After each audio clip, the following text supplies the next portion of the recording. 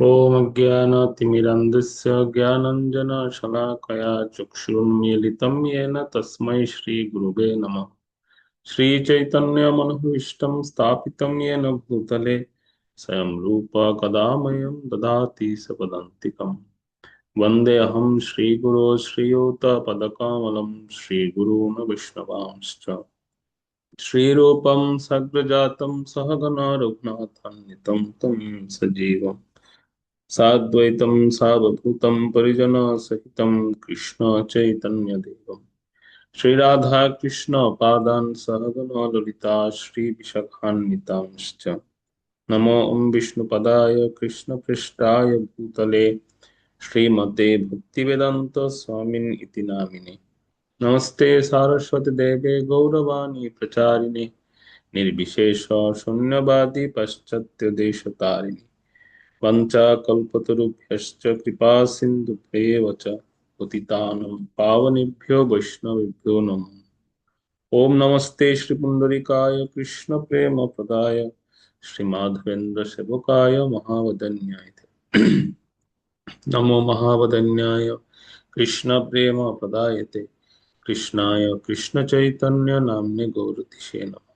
हे कृष्ण करुणा सिंधो दीनबंधो जगत्पते गोपेश गोपिका कांत राधा कांत नमस्तुते।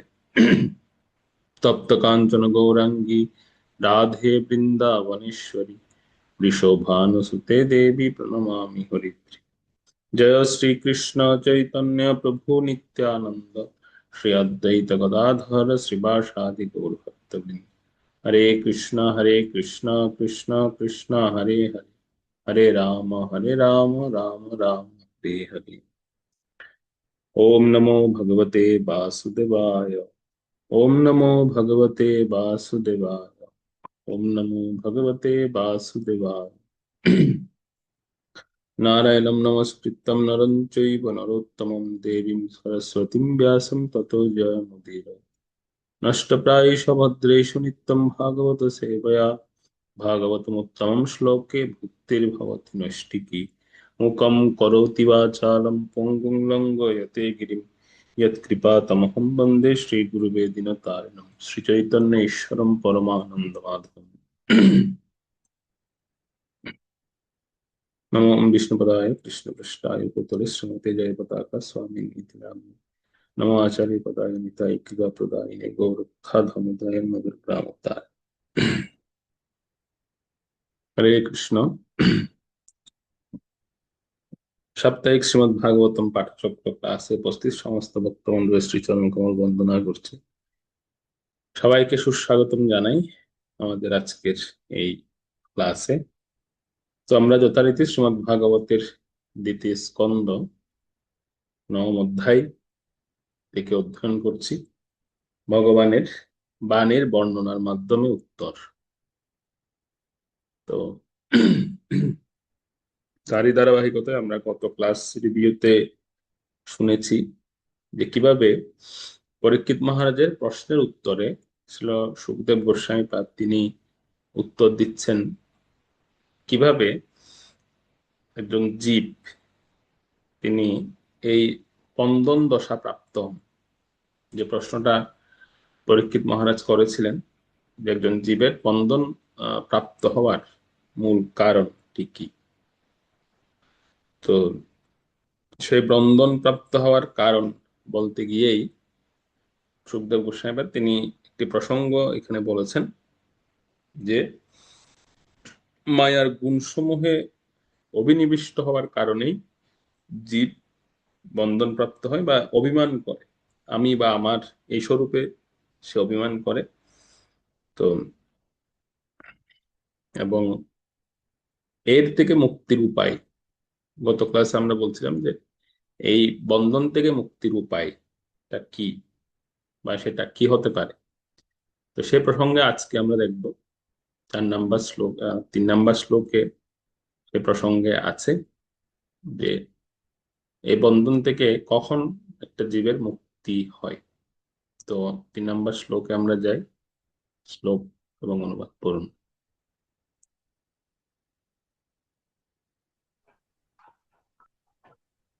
হরে কৃষ্ণ। শ্রীমদ্ ভাগবতম দ্বিতীয় স্কন্ধ নবম অধ্যায় শ্লোক নম্বর 3। ওহি বাব ওহি বাব মহিনিমিষে পর অস্মিন কালমায়য় রমেত গত সম্মোহ তক্তা উদাংস্তে তথা উভয়ম। অনুবাদ: জীব যখন তার মহিমান্বিত স্বরূপে অবস্থিত হয়ে কাল এবং জড় প্রকৃতির অতীত এবং অপ্রাকৃত আনন্দ উপভোগ করতে শুরু করে, তখনই জীবনের এই দুটি ভ্রান্ত ধারণার আমি এবং আমার মোহ থেকে মুক্ত হয়ে তার শুদ্ধ স্বরূপে পূর্ণরূপে অধিষ্ঠিত হয়। হরে কৃষ্ণ। তো আমাদের আহ প্রসঙ্গে ছিল সুখদেব গোস্বামী পাত্রী বর্ণনা করছেন, বা জীব প্রসঙ্গে আমাদের একটি ভুল ধারণা রয়েছে। মানে এটা হচ্ছে চিরন্তন ভুল ধারণা। সে ভুল ধারণাটা কি? সে ভুল ধারণাটা হচ্ছে এটা এটা এটা হচ্ছে অত্যন্ত নিম্ন স্তরের একটি ধারণা। সেটাকে ভুল ধারণা বলা হচ্ছে এই কারণে যে এই এই ভুলটি একটা সময় গিয়ে ভেঙে যায়। আমাদের প্রত্যেকের জীবনেই এই এই মানে এই পর্যায়টা আসে। হয়তো কারো কারো জীবনে প্রথম দিকে আসে, কারো কারো জীবনে মাঝ বয়সে আসে, কারো কারো জীবনে শেষ সময়ে আসে, শেষ বয়সে আসে। ভুল ধারণাটা হচ্ছে কি, যে এটি আমার দেহ, এটা আমার গৃহ, এবং এটা আমার পরিবার, এটা আমার সমাজ, এবং এসব কিছু আমার, এই জাতিটা আমার, এই দেশটি আমার। এই যে একটা ভুল ধারণা আমাদের প্রত্যেকের মধ্যে আছে, এটি একটা পর্যায়ে গিয়ে এই ধারণাটি আমাদের থেকে বা আমাদের ভেঙে যায়। যদি ভগবানের বিশেষ কৃপা হয়, তো কারো কারো প্রথম দিকে এই ধারণাটা ভাঙে। আর বেশিরভাগ ক্ষেত্রে দেখা যায় এটা একদম জীবনের শেষ সময়ে গিয়ে এই ধারণাটি ভাঙে, যে আসলে আমি যেটাকে আমার মনে করছি, বা আমি ভাবছি এটা আমার, এই ব্যক্তিটা আমার, সেটা আসলে সঠিক নয়। তো সেজন্য এখানে সুখদেব গোস্বামী এবার তিনি বর্ণনা করছেন, বা তিনি বলছেন পরীক্ষিত মহারাজকে, যে এই যে একটি ভুল ধারণা জীব পোষণ করে, আমি এবং আমার, এই ধারণাটা তখনই কাটে, বা তখনই এটা যায়, যখন হচ্ছে একটা জীব তিনি ভগবানের সংস্পর্শে আসে। মানে জীব যখন তার এখানে অনুবাদে বলা হচ্ছে মহিমান্বিত স্বরূপ, মহিমান্বিত স্বরূপটা হচ্ছে কি? মহিমান্বিত স্বরূপটা হচ্ছে ভগবানের সংস্পর্শ। যোহি গীতায় বলা হচ্ছে কি, ইয়োহি সংস্পর্শজা ভোগা দুঃখ যৌনয় এইবতে। যে কখন একজন ব্যক্তির জীবনে দুঃখ আসে, কখন আসে? অর্থাৎ যখন সে ভোগকে সংস্পর্শ করে, ভোগের সংস্পর্শে যায়, তখন হচ্ছে একজন ব্যক্তির জীবনে দুঃখ আসে। তাহলে এটার বিপরীত করুন। বিপরীত হচ্ছে যখন কোনো ব্যক্তি তাহলে ভগবানের সংস্পর্শে যায়, তখন তার জীবনে কি হয়? এই যে ভুল বা ভ্রান্তিটি আছে আমাদের, আমি এবং আমার, এই ভ্রান্তিটা তখন ভেঙে যায় তার। সে কথাটা শুদ্ধ গোস্বামী পাদ বর্ণনা করছে। এবং শুদ্ধ স্বরূপ কোনটি? শুদ্ধ স্বরূপ হচ্ছে সেটি জীব কৃষ্ণ নিত্য দাস। এই যে পরিচয় বা এই যে অভিমান, এটি হচ্ছে শুদ্ধ স্বরূপ আমাদের। তখন সেই শুদ্ধ স্বরূপে জীব প্রতিষ্ঠিত হয়। আর যতক্ষণ না এই শুদ্ধ স্বরূপে জীব প্রতিষ্ঠিত না হচ্ছে, যতক্ষণ আমি এবং আমার এই ধারণার মধ্যেই সে জীবন অতিবাহিত করছেন, ততক্ষণ সেই স্থিতিটাকে বলা হচ্ছে পশু স্থিতি বা নিম্ন যোনি স্থিতি বলা হয়। সেটা যেই হোক না কেন, সেটা যেই হোক না কেন, ততক্ষণ আমরা এই আহ, আমি বা আমার এই স্থিতি থেকে আমরা বের হতে না পারছি, ততক্ষণ এই স্থিতিটাকে বলা হচ্ছে নিম্ন যোনি বা পশু স্থিতি বলা হচ্ছে। এখানে তাৎপর্য প্রভুপাদ একটা সুন্দর কমেন্টস তিনি করেছেন তাৎপর্যের আহ, চতুর্থ প্যারাগ্রাফ। হ্যাঁ, চতুর্থ প্যারাগ্রাফ। সেখানে বর্ণনা করা হচ্ছে যে জীব যদি ভগবানের ইচ্ছার অধীন না হতো, তাহলে ভগবান কেন জীবদের শরণাগত হওয়ার নির্দেশ দিচ্ছে? কারণ একটা প্রশ্ন দেখবেন অনেক সময় আমাদের আসে, যে আমরা কেন ভগবানের শরণাগত হব? তো এখানেই প্রভুপাদ লিখেছেন যে আমাদেরকে, এটা এটা আমাদেরকে বাধ্যগতভাবে হোক, ইচ্ছায় হোক অনিচ্ছায় হোক, আমাদের ভগবানের ইচ্ছার অধীন হতেই হয়। হয়তো অনেক সময় আমরা আমরা যারা ভক্তি জীবন অনুশীলন করছেন, আপনারা বাধ্যগতভাবে হচ্ছেন, ভগবানের ইচ্ছার অধীন হচ্ছে। যারা ভক্তি অনুশীলন করছে না তাদেরকে অনেক সময় হতে হয়, বাধ্য হয়ে হতে হয়। তো এটার অর্থ হচ্ছে এটাই যে যেহেতু আমরা ভগবানের সমকক্ষ নই, বা আমরা কেউ ভগবানের সমকক্ষ হতে পারি না, সেজন্য ভগবানের যে বহিরঙ্গা মায়া শক্তি সেটার দ্বারা আমাদের প্রভাবিত হতে হয়। প্রায় সময় আমরা এটার দ্বারা প্রভাবিত হই। আমাদের জীবেদের কাজ হচ্ছে মানে ভগবত বহির্মুখতা, ভগবান থেকে দূরে যাওয়া, এটা হচ্ছে আমাদের কাজ, আমাদের ডিউটি হচ্ছে সবসময় এটা। আমরা এর মধ্যে আছি। আমাদেরকে দেখুন ভগবান কত রূপে আমাদেরকে বোঝাচ্ছেন যে আমার কাছে আসো, আমার কাছে আসো। তুমি তুমি তুমি ওটা মানে তুমি যেখানে আছো ওটা তোমার রিয়েল ঘর নয়, রিয়েল বাড়ি নয় সেটা। তুমি আমার থেকে হারিয়ে গেছো। কিন্তু আমরা কি মনে করছি, আমরা মনে করছি এটা হচ্ছে আমার রিয়েল বাড়ি, বা এটা আমার রিয়েল ঘর, এটাই হচ্ছে আমার পরিচয়। কিন্তু ভগবান আমাদেরকে কতবার বোঝাচ্ছেন, শাস্ত্র দিয়ে বোঝাচ্ছেন, তিনি গুরুদেব দিয়ে বোঝাচ্ছেন, আহ তিনি বিভিন্ন মাধ্যমে তিনি আমাদেরকে বোঝাতে চাচ্ছেন যে এটা তোমার রিয়েল বাড়ি নয়, তোমার রিয়েল বাড়ি হচ্ছে আমার কাছে। মানে আমার পরিচয়টা হচ্ছে তোমার রিয়েল পরিচয়। কিন্তু আমরা বারবার বারবার আমরা হচ্ছে কি, আমরা ভগবানকে, আমরা উল্টো ভগবানকে বোঝাচ্ছি যে না, এটা হচ্ছে আমার রিয়েল। তো এই যে আমি এবং আমার যে বিষয়টি, প্রসঙ্গটি, এটি আমাদেরকে অন্তিমে কোথায় নিয়ে যায়? অন্তিমে ভগবান চরম একটা আমাদের শিক্ষা দেয়, যে কথা প্রভুপাদ এখানে বলছেন যে আমাদেরকে ভগবানের ইচ্ছার অধীন হতে হয় একটা সময় গিয়ে। মানে রিয়েলিটিটা আমাদের সামনে চলে আসে একটা সময়, এটা আমি মানি বা না মানি, আমি স্বীকার করি বা স্বীকার না করি, রিয়েলিটি এক সময় আমার সামনে আসবে। যেমন উম, তবে বিষয়টা হচ্ছে কি, তখন কিছু করার থাকে না আসলে, তখন কিছু করার থাকে না, তখন আমাদেরকে কর্মের দণ্ডটা নিতে হয়। যেমন একটা প্রসঙ্গ মনে পড়ে গেছে এই এই কথা বলতে গিয়ে, যে একবার এক গুরুদেব এবং শিষ্য, ওনারা গঙ্গা স্নানে গিয়েছেন হরিদ্বার। তো হরিদ্বারে গঙ্গা, আপনারা যারা যারা দেখেছেন আপনারা জানেন, সেখানে প্রচন্ড বেগ, সেখানে প্রচন্ড, কারণ এটা পাহাড় থেকে নামছে, সরাসরি হিমালয় থেকে। তো সেখানে গঙ্গার বেগটা অনেক বেশি। তো গুরুদেব এবং শিষ্য গিয়েছেন স্নান করার জন্য।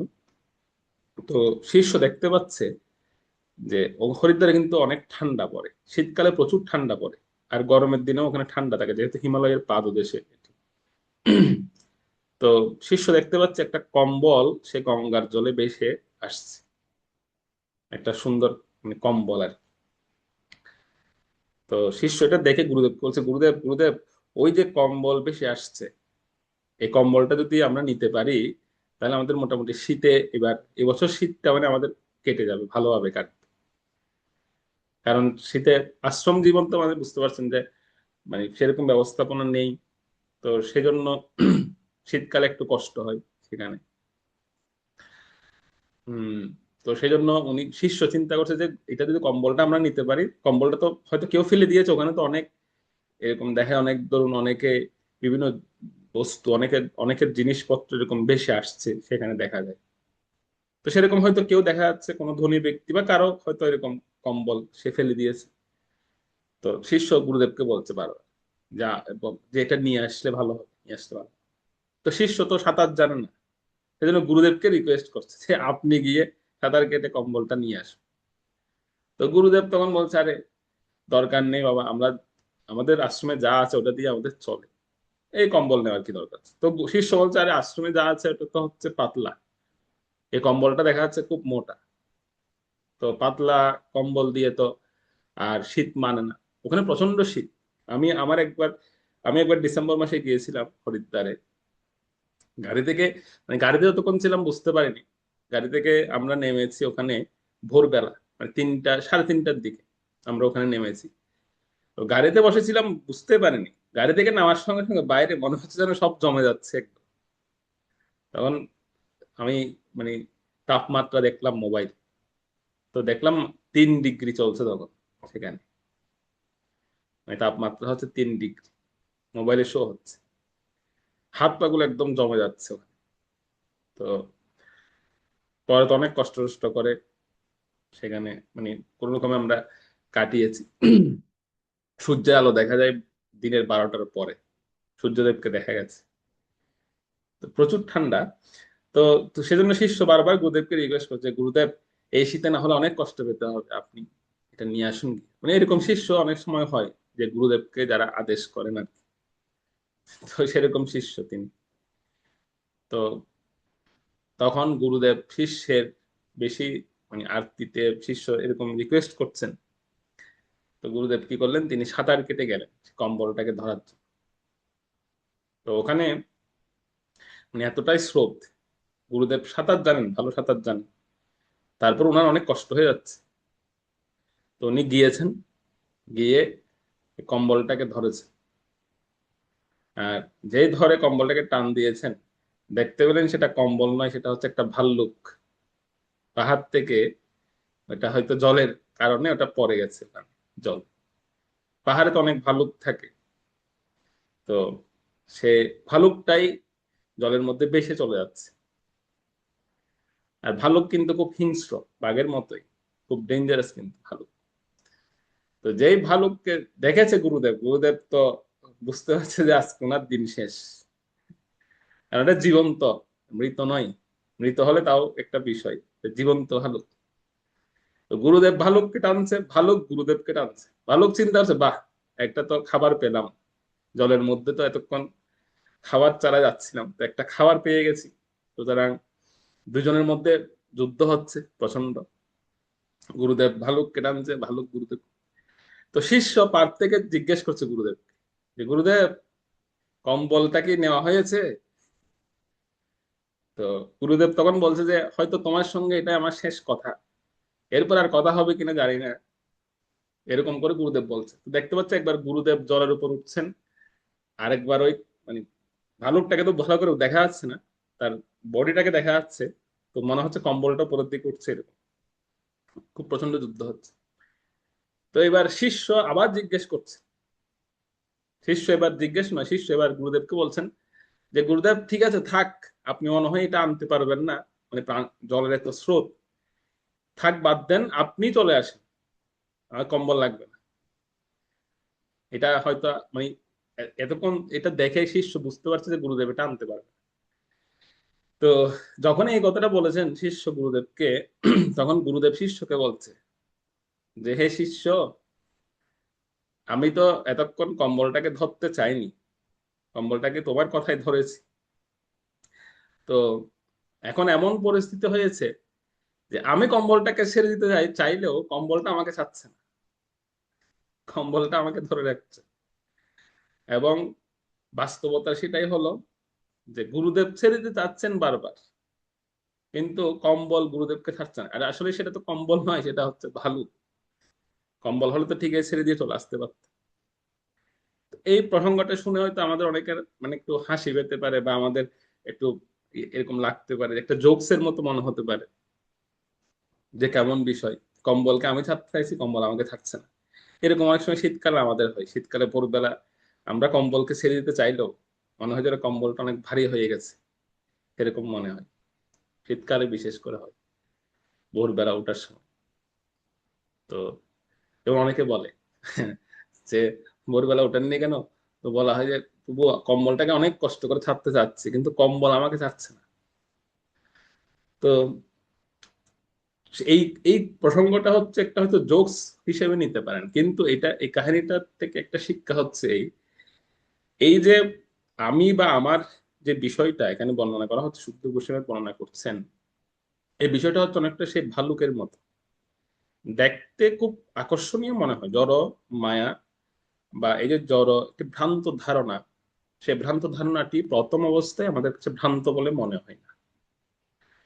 জড় মায়াটাকে আমাদের কাছে প্রথম অবস্থায় মনে হয় একটা আকর্ষণীয় বস্তু আমাদের সামনে দিয়ে যাচ্ছে, এটার থেকে আমি হয়তো কিছু সুবিধা নিতে পারবো, এখান থেকে কিছু আমি সেরকম সুযোগ সুবিধা পাবো, বা এটা আমার কাজে আসতে পারে, সেরকম আমাদের মনে হয় প্রথম অবস্থায়। কিন্তু যেই গিয়ে টাচ করলাম, বা যেই গিয়ে সেটাকে আনতে গেলাম, আমার করতে গেলাম, তখনই হচ্ছে কি হয়, তখনই সে আমাকে এমন ভাবে ঝাপটে ধরে, আমি আর তার থেকে বেরোতে পারি না, বা আমার আর বেরোনোর রাস্তা বন্ধ হয়ে যায়। তখন একটা পর্যায়ে গিয়ে এমন হয় সে আসক্তিটা, যে আমি তাকে ছেড়ে দিতে যাচ্ছি কিন্তু সে আমাকে ছাড়ে না। তো এইভাবে একজন একটি আত্মার মৃত্যু হয়। আত্মার তো মৃত্যু হয় না, কিন্তু বলা হচ্ছে হবে যে একটি আত্মার সেই জীবন চক্রে বা এই যে জন্ম চক্রে সে আবর্তিত হয়, সে আর সেখান থেকে বেরোতে পারে না। সেজন্য খুব একটা গুরুত্বপূর্ণ এবং খুব গুরুত্বপূর্ণ শিক্ষা এখানে আমাদের বলা হচ্ছে যে আমাদের যে শুদ্ধ চেতনা বা আমাদের যে বাস্তবিক পরিচিতি, সেই পরিচিতিটা কিন্তু আমাদের অনেকভাবে ভগবান আমাদেরকে জানান, যে আমাদের বাস্তবিক পরিচয়টা কি, বা আমাদের কোন বিষয়টা আমাদের দেখা উচিত, কোন পরিচয় আমাদের আহ যাওয়া উচিত, কিন্তু আমরা সেটা দেখি না। তো এবং যতক্ষণ এটা এটা একটা খুব গুরুত্বপূর্ণ শিক্ষা প্রভুপাদ তাৎপর্য লিখেছেন শেষের দিকে। প্রভুপাদ বলছেন যে যতক্ষণ একজন জীব এই ভ্রান্ত ধারণা থেকে বের হতে না পারছে, একটা জীব যতক্ষণ এই ভ্রান্ত ধারণা থেকে বের হতে না পারছে, বা মুক্ত অবস্থায় সে যেতে না পারছে, বা শুদ্ধ অবস্থায় সে যেতে না পারছে, ততক্ষণ পর্যন্ত ভগবানের সেবার জগতে, ভগবানের সেবার জগতে বা প্রাকৃতিক জগতে সে প্রবেশ করতে পারবে না। এটা প্রভুপাদ তাৎপর্য বর্ণনা করেছে। অর্থাৎ যতক্ষণ একটা জীব সে মনের দাসত্ব করবে বা মায়ার দাসত্ব করবে, ততক্ষণ তার মধ্যে আমি বা আমার এই সংক্রান্ত রোগ, এটাকে রোগ হিসেবে তিনি বর্ণনা করেছেন, এই রোগটি তার মধ্যে থাকবে। এই রোগটা তার মধ্যে ততক্ষণ পর্যন্ত থাকবে যতক্ষণ সে মনের দাসত্ব করবে বা মায়ার দাসত্ব করবে। আর মন বা মায়ার দাসত্ব থেকে যখন সে মুক্ত হয়ে যাবে, তখন সে ভগবানের সেবার রাজ্যে, এটা খুব ইম্পর্টেন্ট কথা কিন্তু, ভগবানের সেবার রাজ্যে সে প্রবেশ করতে পারে। তো আপনারা বলতে পারেন, প্রভু আমরা তো সেবা করি সবাই, আমরা প্রত্যেকেই তো ভগবানের সেবা করছি, কই মানে সেরকম তো বিষয় দেখি না। এবং আপনারা এটাও বলতে পারেন যে কই দেখে আমরা বিভিন্ন, যেমন আমরা বিভিন্ন ফেস্টিভ্যালে যে নতুন যে আসছে সেও সেবা করছে, বা দেখা গেল যার মধ্যে এরকম আমি বা আমার আমিত্ব ভাব আছে সেও সেবা করছে। প্রত্যেকে তো আমরা সেবা করছি, কই সেবার রাজ্যে প্রবেশ করতে তো এরকম যোগ্যতা লাগে, সেরকম তো দেখি না, দেখা যায় না। এটা আমরা বাহ্য দৃষ্টিতে দেখতে পাচ্ছি যে একজন ব্যক্তি সেবা করছে, কিন্তু আভ্যন্তরীণ দৃষ্টিকোণে এটা বলা হচ্ছে যে সেবা মানে কি। সেবা শব্দটার অর্থ হচ্ছে, এটা অবশ্য আসবে শেষের দিকে এই প্রসঙ্গটা, সেবা অর্থ হচ্ছে স্বরূপ সিদ্ধি বা ভগবত স্বরূপ দর্শন। আমরা হাজার বছরের তপস্যা, হাজার বছর বছরের স্বীকৃতি একত্রিত হওয়ার ফলটা হচ্ছে ভগবানের সেবা প্রাপ্ত হওয়া। আর ভগবানের সেবার সার্থকতা বা পূর্ণতা হচ্ছে কি ভগবানের দর্শন। বুঝতে পারছেন, এটা হচ্ছে লিঙ্ক কিন্তু। আমাদের হাজার হাজার বছরে সহস্র বছরের স্বীকৃতি একত্রিত হওয়ার অর্থ হচ্ছে ভগবানের সেবা করার সুযোগ পাওয়া।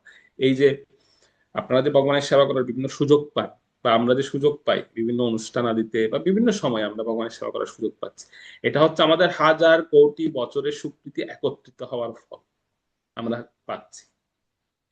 আবার সেই সেবা করার পূর্ণতা বা ফলটা হচ্ছে কি ভগবান স্বয়ং দর্শন দিবেন তাকে, যদি সেবার পূর্ণতা হয় কোনো ভক্তের। অর্থাৎ কারো সেবা পূর্ণতা পেয়েছে বা কারো সেবা পূর্ণ হয়েছে, এটা বোঝা যাবে কিভাবে, ভগবান তাকে সরাসরি সাক্ষাৎ দর্শন দিবে, একদম সাক্ষাৎ দর্শন দিবে, তার সঙ্গে সরাসরি ভাবের আদান প্রদান করবে। তো সেবা হয়তো আমরা অনেকেই করছি, কিন্তু এই রোগ থেকে মুক্ত না হলে আমরা হয়তো বাহ্যত সেবা করছি, তার কিছু প্রাপ্তি হয়তো আমাদের হবে, যেমন পুণ্য প্রাপ্তি হবে বা পাপ ক্ষয় হবে, এই। কিন্তু সেবার যে প্রকৃত ফল, সেবার প্রকৃত ফল হচ্ছে ভগবানের দর্শন পাওয়া। এখন আপনারা আবার এটাও বলতে পারেন যে আমরাও তো ভগবানের দর্শন পাই সেবা করার পরে, ওই যে মন্দিরের গেট যখন খোলে ভগবানকে দেখি তো আমরা। এটা কি প্রকৃত দর্শন? এটা প্রকৃত দর্শন নয়। কেন এটা প্রকৃত দর্শন নয়? কারো যদি ভগবানের দর্শন একবার হয়ে যায়, তাহলে সে সেই স্থান থেকে আর সরতে পারবে না। কিন্তু আমরা তো কতক্ষণ দর্শন করি? আমরা সর্বোচ্চ 10 মিনিট, 15 মিনিট বা আধ ঘন্টা, এরপরে ঠিকই আমাদের, আমরা সেখান থেকে সরে যাই বা আমরা সেখান থেকে চলে আসি। তো সেজন্য ওটা প্রকৃত দর্শন, হ্যাঁ ওটা ওটা দর্শন করি আমরা, ওটা হচ্ছে দর্শন আমরা দিই, ভগবানকে দিই দর্শন। ভগবান আমাদের দেখেন, কিন্তু আমরা ভগবানকে দেখি না। আমরা ভগবানকে দেখবো সেদিন, যেদিন হচ্ছে দেখার পরে সেই স্থান বা সেই বাহ্য পরিবেশ সম্পর্কে আমার কোনো স্থিতি থাকবে না। যেরকম ভগবানের বিশেষ বিশেষ ভক্তদের ক্ষেত্রে হতো, মীরাবাইয়ের ক্ষেত্রে হতো, আরো যারা ভক্তরা ছিলেন আমাদের মহান আচার্যদের ক্ষেত্রে হতো, যারা ভগবানকে যে দর্শন করতেন ওনাদের বাহ্য স্থিতি থাকতো না, বা ওনারা সময়ের যে বিষয় সেটাও থাকতো না। তবে এটা আর্টিফিশিয়ালি নয়, এই বিষয়টা এটা সরাসরি, এটা স্বাভাবিকভাবে আসবে এই বিষয়টা। তো এটি হচ্ছে সেবার ফলটা হচ্ছে এখানে, যে ভগবানের সাক্ষাৎ দর্শন প্রাপ্ত। তো সেজন্য এই যে রোগ, যে বিষয়টা এখানে বলা হচ্ছে যে ভগবত আহ সেবার জগতে প্রবেশ করতে গেলে ভগবানের, তাহলে এই যে আমি বা আমার, এই রোগ থেকে মুক্ত হতে। একটা জায়গায় এরকম বর্ণনা করা হচ্ছে যে সত্যযুগের যে অসুর ছিল, এদের নামগুলো অনেক লম্বা লম্বা আছে। যেমন কি নাম? হিরণ্যকশিপু, 6টা অক্ষর আছে। বা হিরণ্যাক্ষ, এর নামগুলো অনেক বড়। তারপর আসুন ত্রেতা যুগে, নামটা একটু ছোট হয়ে গেল, রাবণ, 3 অক্ষরে হয়ে গেছে। তারপর দাপর যুগে আসুন, যেটা 2.5 অক্ষরে হয়ে গেছে, কংস। আর কলিযুগে 2 অক্ষরে, এটা হচ্ছে কি? আমি। এটাই হচ্ছে কলিযুগের অসুর। এই যে আমি বলা, মানে আমি করছি সব, আমি আমি আমি, এই যে আমিটা হচ্ছে কলিযুগের সবচেয়ে বড় অসুর। সেই অসুরটাকে দমন করতে হলে বা দমন করতে না পারলে, তাহলে কেউ ভগবানের সেবা রাজ্যে প্রবেশ করতে আমরা পারবো না। তো সেবা রাজ্যে প্রবেশ করার জন্য সূত্রটা হচ্ছে কি, এখানে বলা হচ্ছে, শিল প্রভুপাদ বর্ণনা করছেন যে এই আমি বা আমার রূপী যে রোগ, সে রোগ থেকে সম্পূর্ণ রূপে মুক্ত হওয়া, সম্পূর্ণভাবে মুক্ত হতে। শ্রীমদ ভগবত গীতায় বলেছেন, এই শ্লোকটা এখানে কোটেশন করা হয়েছে, মামচ য অবেবিচারেণ ভক্তি যোগেন সেবতে। যে অবেবিচারিণী ভক্তি বা নিষ্ঠা, নৈষ্ঠিকী ভক্তি যাকে বলা হচ্ছে, সেখানে কোনো এই নিষ্কপট ভক্তি যাকে বলা হচ্ছে, সেই নিষ্কপট ভক্তিটাই প্রয়োজন। নিষ্কপট ভক্তি আমাদেরকে এই এই দিকে, অর্থাৎ এই আমি বা আমার আমিত্ব যে ভাব, সেখান থেকে আমাদের মুক্ত করতে হবে। নিষ্কপট ভক্তি, শুধু নিষ্কপট ভক্তি নয়, নিষ্কপট ভক্তি আসবে কোত্থেকে? নিষ্কপট তপস্যা থেকে আসবে। তার জন্য নিষ্কপট তপস্যা প্রয়োজন, নিষ্কপট ভক্তি আনতে গেলে। তো সেই নিষ্কপট তপস্যা কে করেছিলেন, সে প্রসঙ্গে 4 নম্বর শ্লোকে সুখদেব গোস্বামী পাদ বলবেন যে একজন ব্যক্তি করেছিলেন ওনার জীবনে নিষ্কপট তপস্যা। চলুন আমরা দেখি কে করেছিলেন। 4 নম্বর শ্লোকটি বলুন।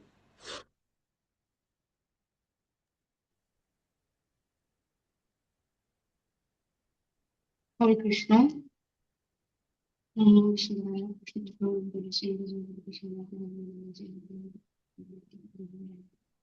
দ্বিতীয় স্কন্ধের অধ্যায় 9, শ্লোক নম্বর 4।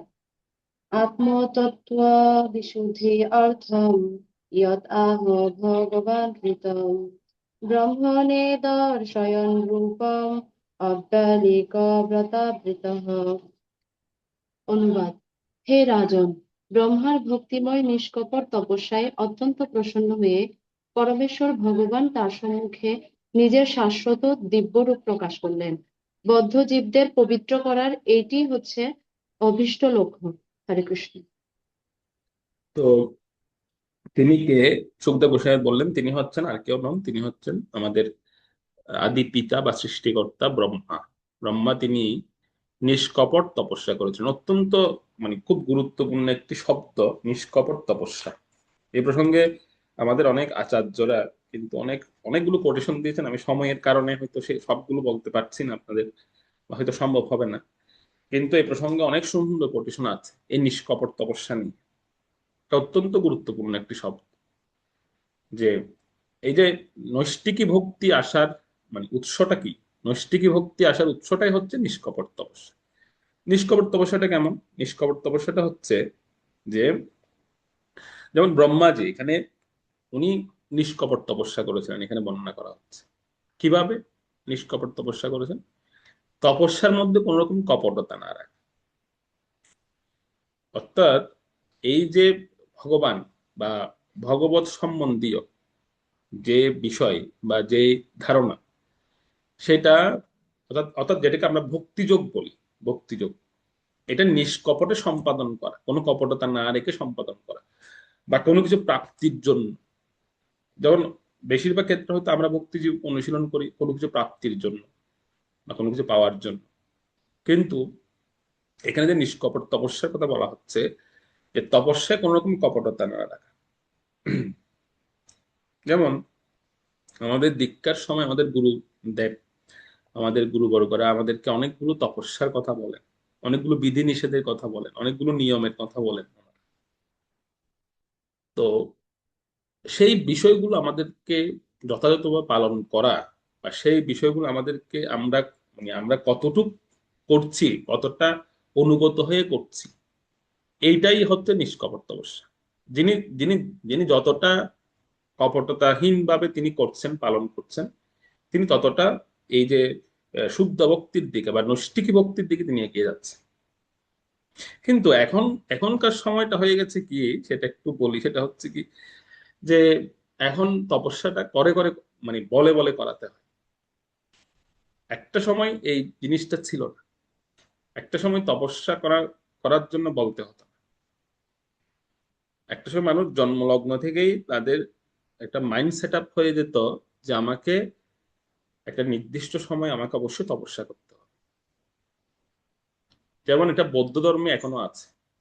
বৌদ্ধ ধর্মে আপনি যদি বিয়ে করতে চান, মানে এটা পুরুষদের ক্ষেত্রে বলছি, বৌদ্ধ ধর্মে যারা পুরুষ, এরা যদি বিবাহ করতে চায়, তাহলে তাদেরকে অন্তত পক্ষে 3 দিনের জন্য হলেও এদেরকে কি করতে হবে, গৈরিক বসন করতে হবে, মানে ব্রহ্মচর্য পালন করতে হবে।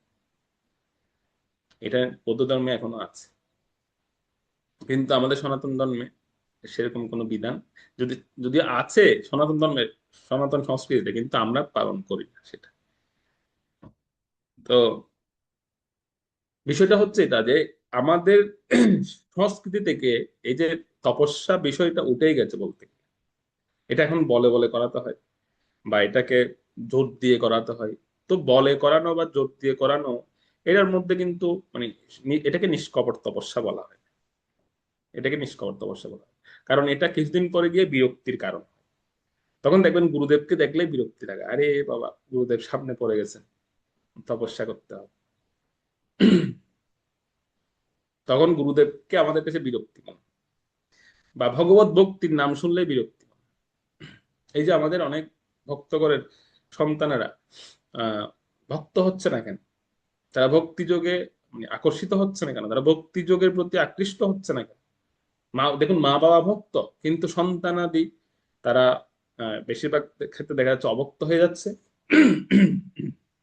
বা তারা অন্য সংস্কৃতি বা অন্য কালচার গ্রহণ করে নিচ্ছে। কেন?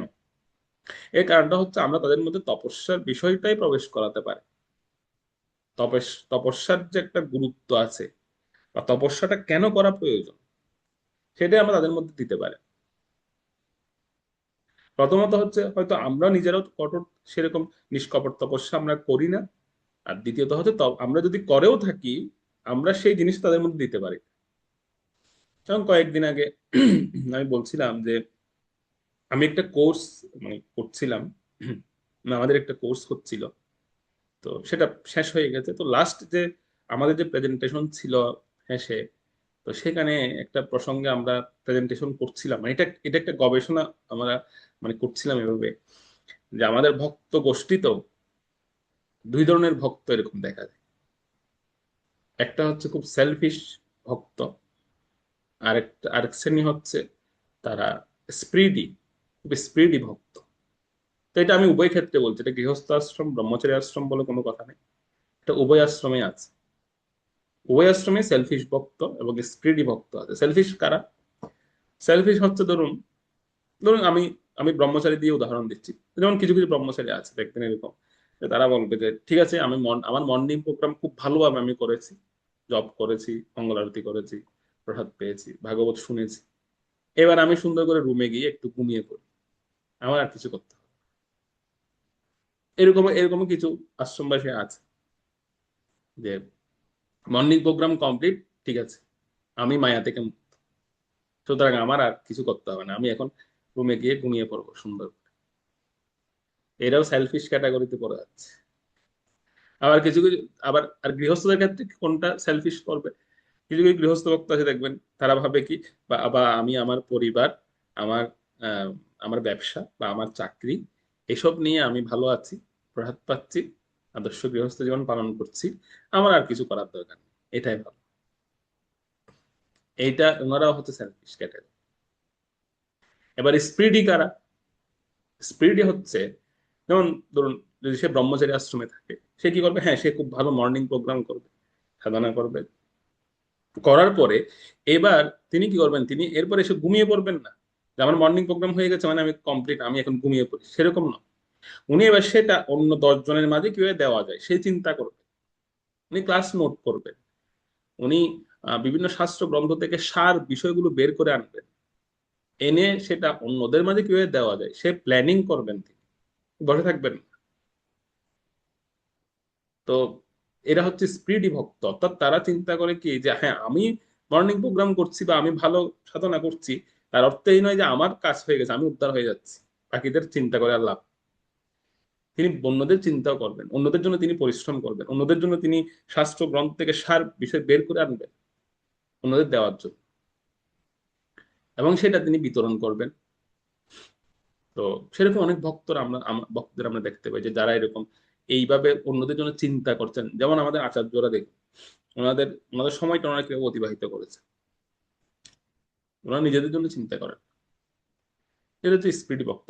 সেরকম গৃহস্থদের ক্ষেত্রেও আছে, অনেক আছে বলতে, যারা নিজেদের ব্যবসা বা চাকরি এর বাইরে গিয়েও ওনারা চিন্তা করেন যে কিভাবে আমি এই দর্শনটা অন্যের মাঝে প্রচার করব, বা এই দর্শনটা আমি অন্যকে কিভাবে জানাবো। যেমন বুক ডিস্ট্রিবিউশনের কিছু ভক্তদের আপনারা জীবনী দেখতে পারেন, যারা গৃহস্থ ভক্ত হওয়ার পরও তারা প্রচুর বুক ডিস্ট্রিবিউশন করেন, প্রচুর, ওনাদের চাকরি ক্ষেত্রে, ব্যবসা ক্ষেত্রে ওনারা বুক ডিস্ট্রিবিউশন করছে। তো সেই জন্য সেলফিশ হওয়াটাও ঠিক নয়। যেমন আমি, আমাদের যখন এই পাঠচক্র শুরু হচ্ছিল, তখন আমি আপনাদের একটা মানে মানে প্রস্তাব দিয়েছিলাম, আপনাদের হয়তো অনেকের মনে আছে কিনা জানি না। প্রস্তাবটা ছিল এরকম যে এই শুধু এই পাঠচক্রের সঙ্গে যুক্ত থাকলে হবে না, আপনারা নিজেরাও কিছু কিছু পাঠচক্র আপনারা চালু করবেন, বা আপনারা নিজেরাও কিছু কিছু পাঠচক্রের সঙ্গে যুক্ত হবেন, অর্থাৎ পাঠচক্র আপনারা আপনারা নিজেরা চালু করবেন আপনাদের পরিমণ্ডলে। হয়তো দেখা যাবে সেখানে এত ভক্ত হবে না, সেখানে দেখা গেল 10 জন হলো, 15 জন হলো, তাও আপনারা করুন এই জিনিসটা। আপনারা যা শুনছেন বা আপনারা যা, আমরা যা এখানে আলোচনা করছি সেটা অন্যরা জানুক। এটা আমি আপনাদের শুরুতে আমাদের একটা এরকম পরিকল্পনা ছিল, আমি জানি না এরকম আপনারা কেউ করেছেন কিনা, করে থাকলে খুব ভালো, এটা খুব ভালো উদ্যোগ, কিন্তু এটা আমাদের করা উচিত।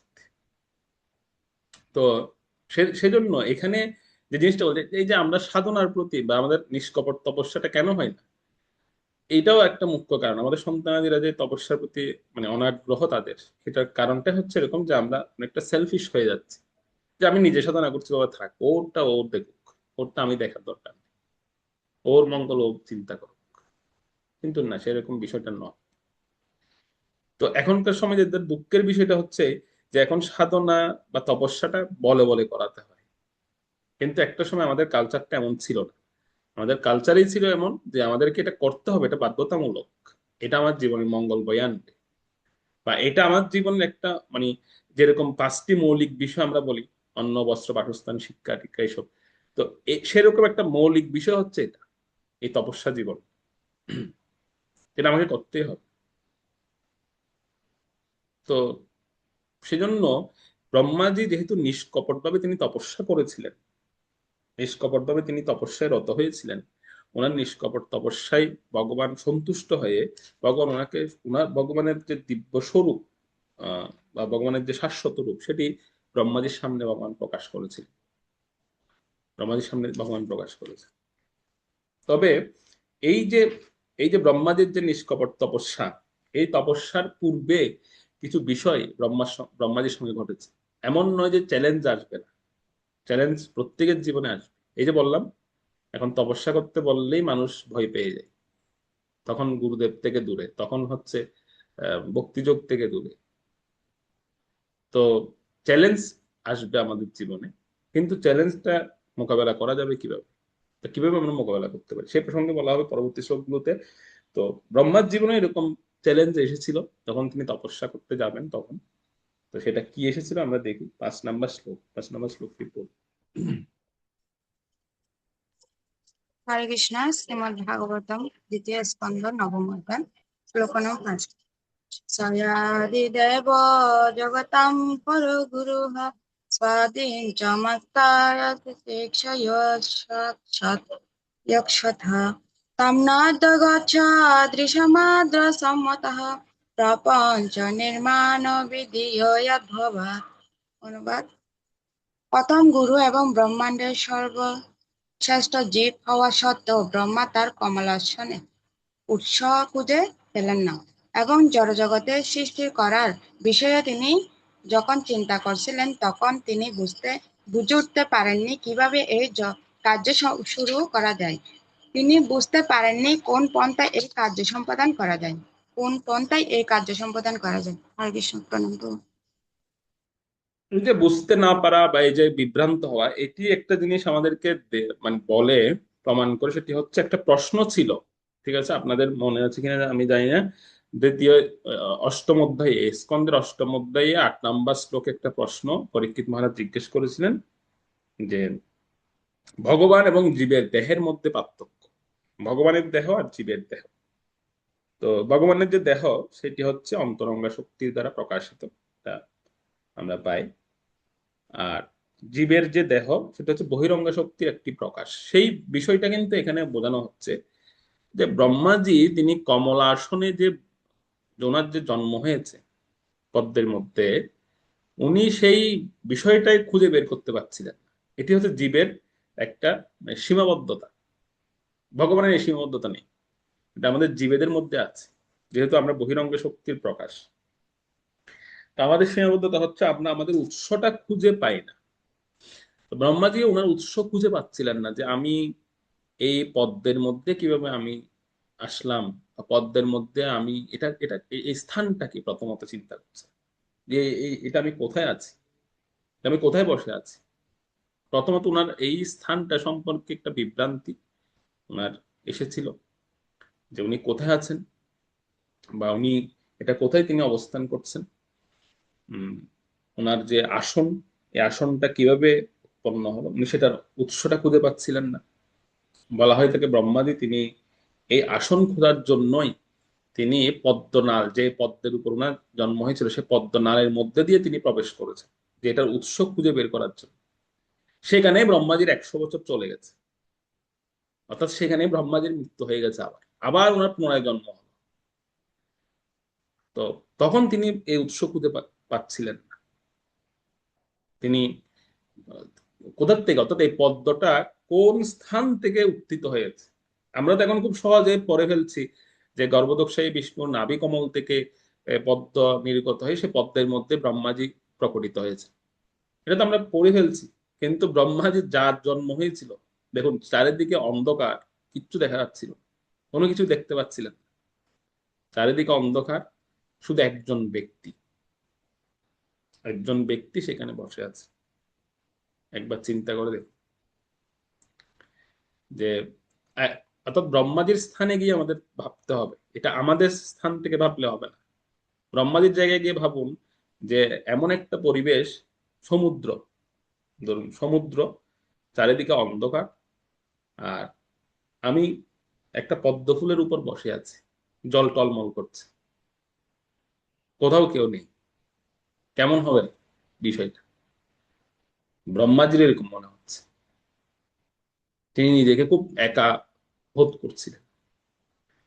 চারদিকে তাকালেন, আর চারদিকে যখনই তাকালেন তখন 4টা মুখ সৃষ্টি হয়ে গেল। সেই জন্য তিনি চতুর্মুখী, অর্থাৎ চারপাশে তিনি তাকিয়েছিলেন বলে ওনার 4টি মস্তক তৈরি হয়ে গেছে সঙ্গে সঙ্গে। তো কোনো কাউকে দেখতে পেলেন না। আবার পদ্মনালের মধ্যে প্রবেশ করলেন, সেখানেও কাউকে পেলেন না, খুঁজে পেলেন না উৎস, সে পদ্মনাল কোথার থেকে এসেছে, কোনো কিছু পেলেন না। তো খুব খুবই তিনি হতাশ হয়ে পড়েছিলেন সেই সময়।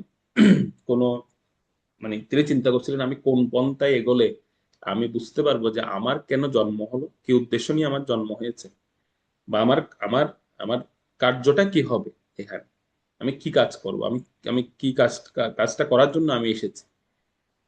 তো ওনার উদ্দেশ্য খুঁজে বের করার জন্য চিন্তা করছিলেন, তো গভীর চিন্তা করছেন। তো ঠিক সেই মুহূর্তে উনি যেভাবে ভাবছিলেন, সেই ভাবনা করতে করতে ঠিক সেই মুহূর্তে কি হলো সেটা তৎপরবর্তী 6 নম্বর শ্লোকে বর্ণনা করা হচ্ছে। 6 নম্বর শ্লোকটি পড়ুন।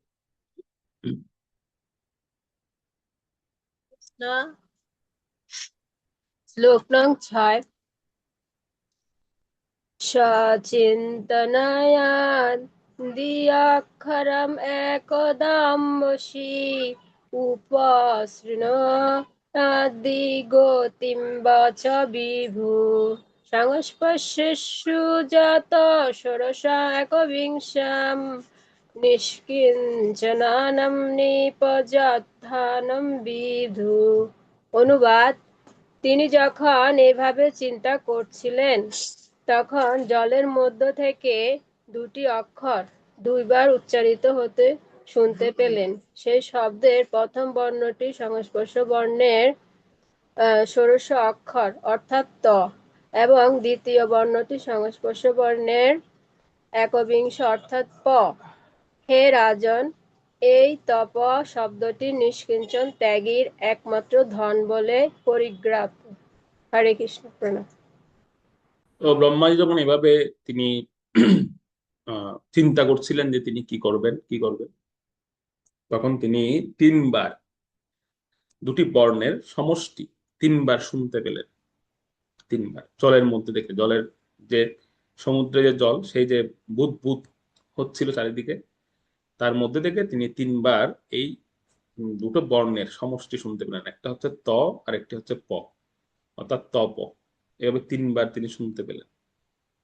তো এই যে তপ এই যে শব্দ সমন্বয় তিনি শুনলেন, এই তপ শব্দ শুনেই তিনি বুঝতে পারলেন যে কেউ নাকি ইঙ্গিত করছেন তপস্যা করার জন্য।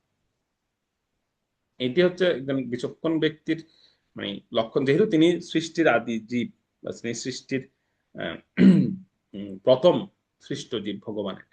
তো সেজন্য তিনি চিন্তা করলেন যে কেন এই শব্দটি কেন উচ্চারিত হলো আমার জন্য, বা আমি কেন এই শব্দটা শুনতে পেলাম, তপ, এই শব্দটি কেন আমি শুনলাম। তো এই শব্দটিকে বিভাজন করে বলা হচ্ছে যে আমাদের যে দুটো বর্ণ থাকে, আমাদের যে সংস্কৃত বর্ণমালায় স্পর্শ বর্ণ, স্পর্শ যে বর্ণ সম্ভবত 25টি সম্ভবত স্পর্শ বর্ণ, আমার ঠিক মনে পড়ছে না।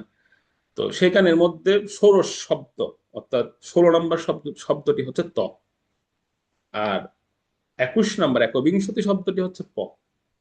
তো দুটো মিলে হচ্ছে ত এবং প, তপ। তো এই তপকে সংস্কৃতে ব্যাখ্যা করা হচ্ছে এভাবে: ত অর্থে বোঝানো হচ্ছে ত্যাগ, ত শব্দের অর্থে বোঝানো হচ্ছে ত্যাগ, আর প শব্দের অর্থে বোঝানো হচ্ছে পরিশ্রম। ত্যাগ এবং পরিশ্রম এই দুটো জিনিস তপের মধ্যে আছে। তো ব্রহ্মাজি বুঝতে পারলেন যে আমাকে এই দুটো জিনিস করতে হবে, ত্যাগ করতে হবে। কি ত্যাগ করতে হবে? যে আমি যে স্থানে জন্ম নিয়েছি, আমার সারাউন্ডিং এরিয়ার মধ্যে অনেক মোহনী, উনি কিন্তু অনেক কিছু বিষয় দেখতে পাচ্ছিলেন অন্তরিক্ষে, অনেকগুলো ব্রহ্মাণ্ড দেখতে পাচ্ছিলেন উনি ওনার চারপাশে।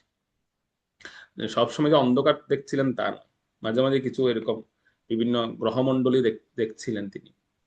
তো এই যে চাকচিক্যপূর্ণ বিষয় আমার আশেপাশে ঘুরছে বা আমাকে প্রলোভিত করছে, সেটা আমাকে সম্পূর্ণরূপে সেখান থেকে আমাকে নিবৃত হতে হবে। এটা হচ্ছে ত্যাগ।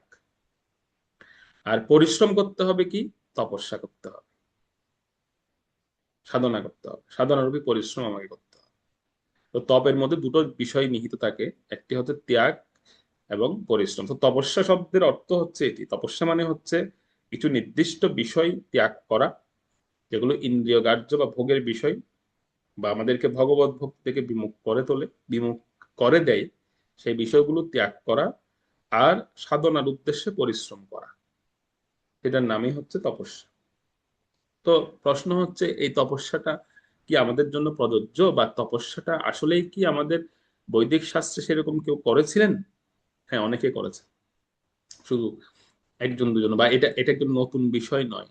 তাৎপর্য প্রভুপাদ লিখেছেন যে এই যে তপ বা তপস্যা, এটি হচ্ছে কাদের সৌন্দর্য? এটা হচ্ছে ব্রাহ্মণ এবং ত্যাগীদের সৌন্দর্য।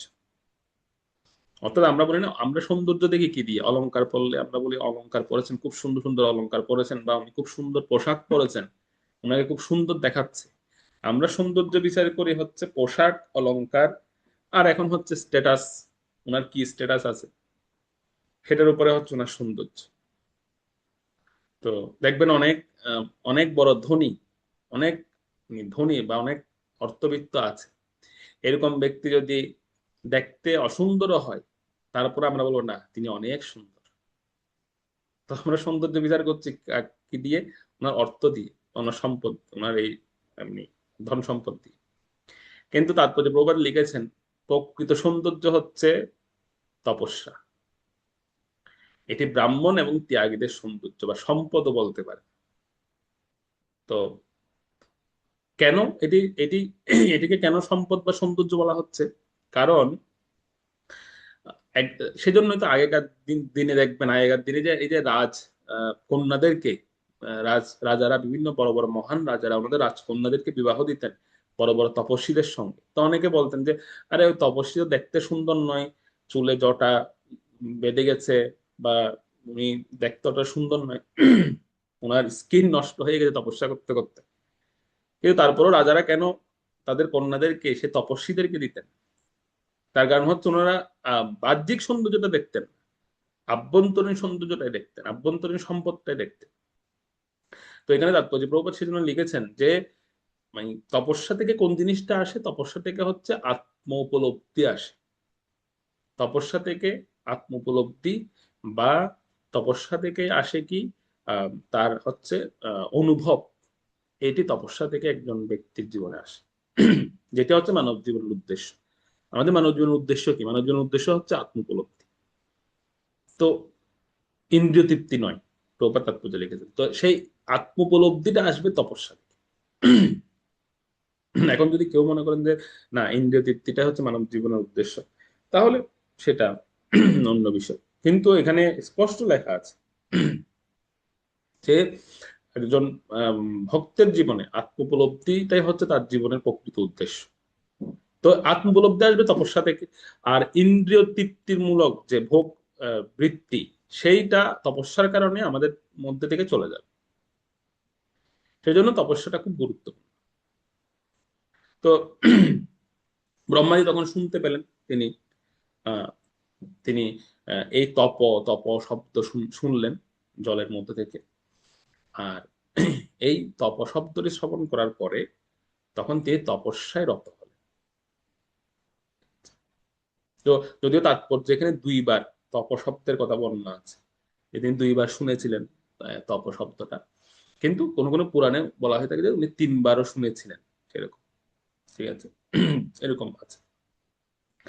তো যাই হোক, ব্রহ্মাজি যখন এই শব্দ দুটি দুইবার শ্রবণ করলেন, তিনি তপস্যার জন্য তিনি রত হলেন।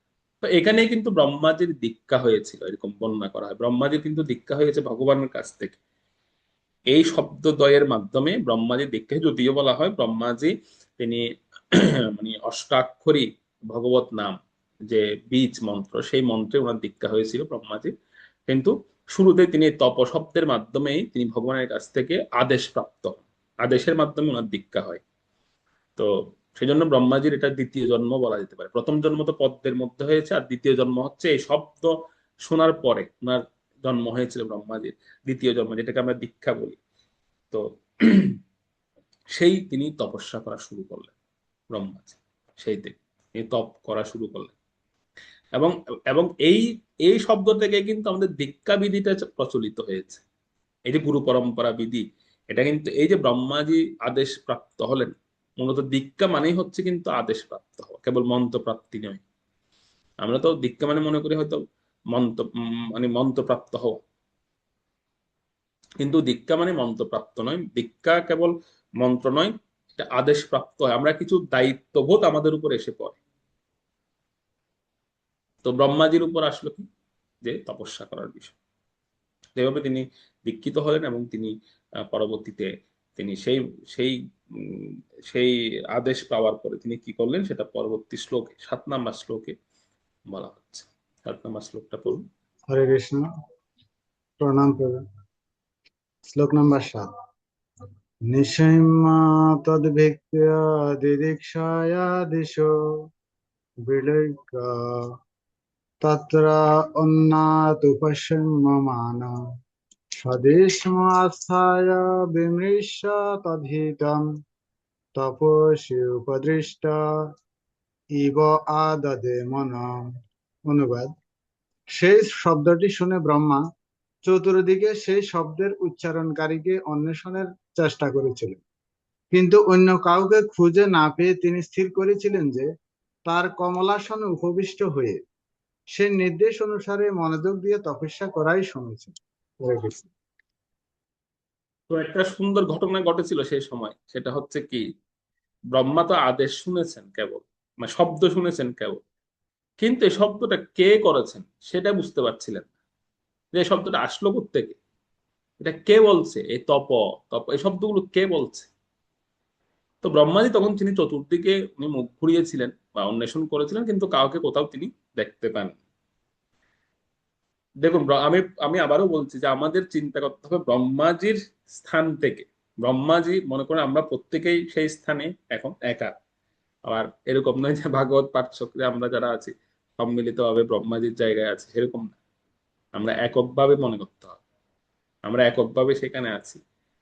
তো ব্রহ্মাজি যখন দেখতে পেলেন যে কিছু শব্দ তিনি শুনলেন, তিনি উৎস খুঁজছিলেন কোত্থেকে আসছে। আমাদের হলে আমরা হবে কি, আমরা ভাববো যে ভূতে বলছে, বেশিরভাগ ক্ষেত্রে আমরা তো এভাবে বলি যে ভূতে মনে হয় এইসব শব্দ করছে। ঠিক আছে, যেমন যারা যারা এমআরআই করেছেন, এমআরআই কারা কারা করেছেন আমি জানি না, এখানে হয়তো অনেকের অভিজ্ঞতা থাকতে পারে। এমআরআই করেছেন, এমআরআই এর মেশিনে যখন কাউকে প্রবেশ করিয়ে দেওয়া হয়, তো সেখানে কিছু সাউন্ড হয়। তো আমি যখন প্রথম এমআরআই, আমি অনেকবার করেছি, তো আমি যখন প্রথম এমআরআই করতে গিয়েছি, আমাকে অনেক ভয় দেখানো হয়েছে। এখানে অনেক ভূতের মতো সাউন্ড হবে, অনেক শব্দ করবে। তারপরে ভয় পেলে কিন্তু চলবে না, ভয় পেলে কিন্তু ক্ষতি, কারণ অনেকে দেখা যাচ্ছে এমআরআই থেকে বেরিয়ে অনেকে মারা গেছেন ভয়ে বা বিভিন্ন ভাবে। অনেক সাইড এফেক্ট আছে এটা। তো আমার তো অনেক ভয় পেয়ে গেছি যে কি হবে ভেতরে গেলে। তো দেখতে পাচ্ছি সত্যি সত্যি হ্যাঁ, একটা মেশিনের মধ্যে ঢুকিয়ে দেওয়া হচ্ছে। তো এবং সেখানে দেখি কিছু শব্দ, হ্যাঁ কিছু শব্দ হয় সেখানের ভিতর। তো যদিও শব্দটা যেভাবে মানে বলা হয়েছিল, যেরকম বোঝানো হয়েছে সেরকম কিছু না। আমার কাছে হয়তো, অনেকের কাছে এরকম ভয় লাগতে পারে, অনেকে হয়তো ভয় পেয়েছে, কিন্তু আহ, যেভাবে ভয়টা দেখানো হয়েছিল প্রথমে যে কিছু বিকট শব্দ হবে বা সেরকম অদ্ভুত শব্দ হবে, শব্দগুলো অদ্ভুত, কিন্তু অতটা আমার কাছে ভয় লাগেনি।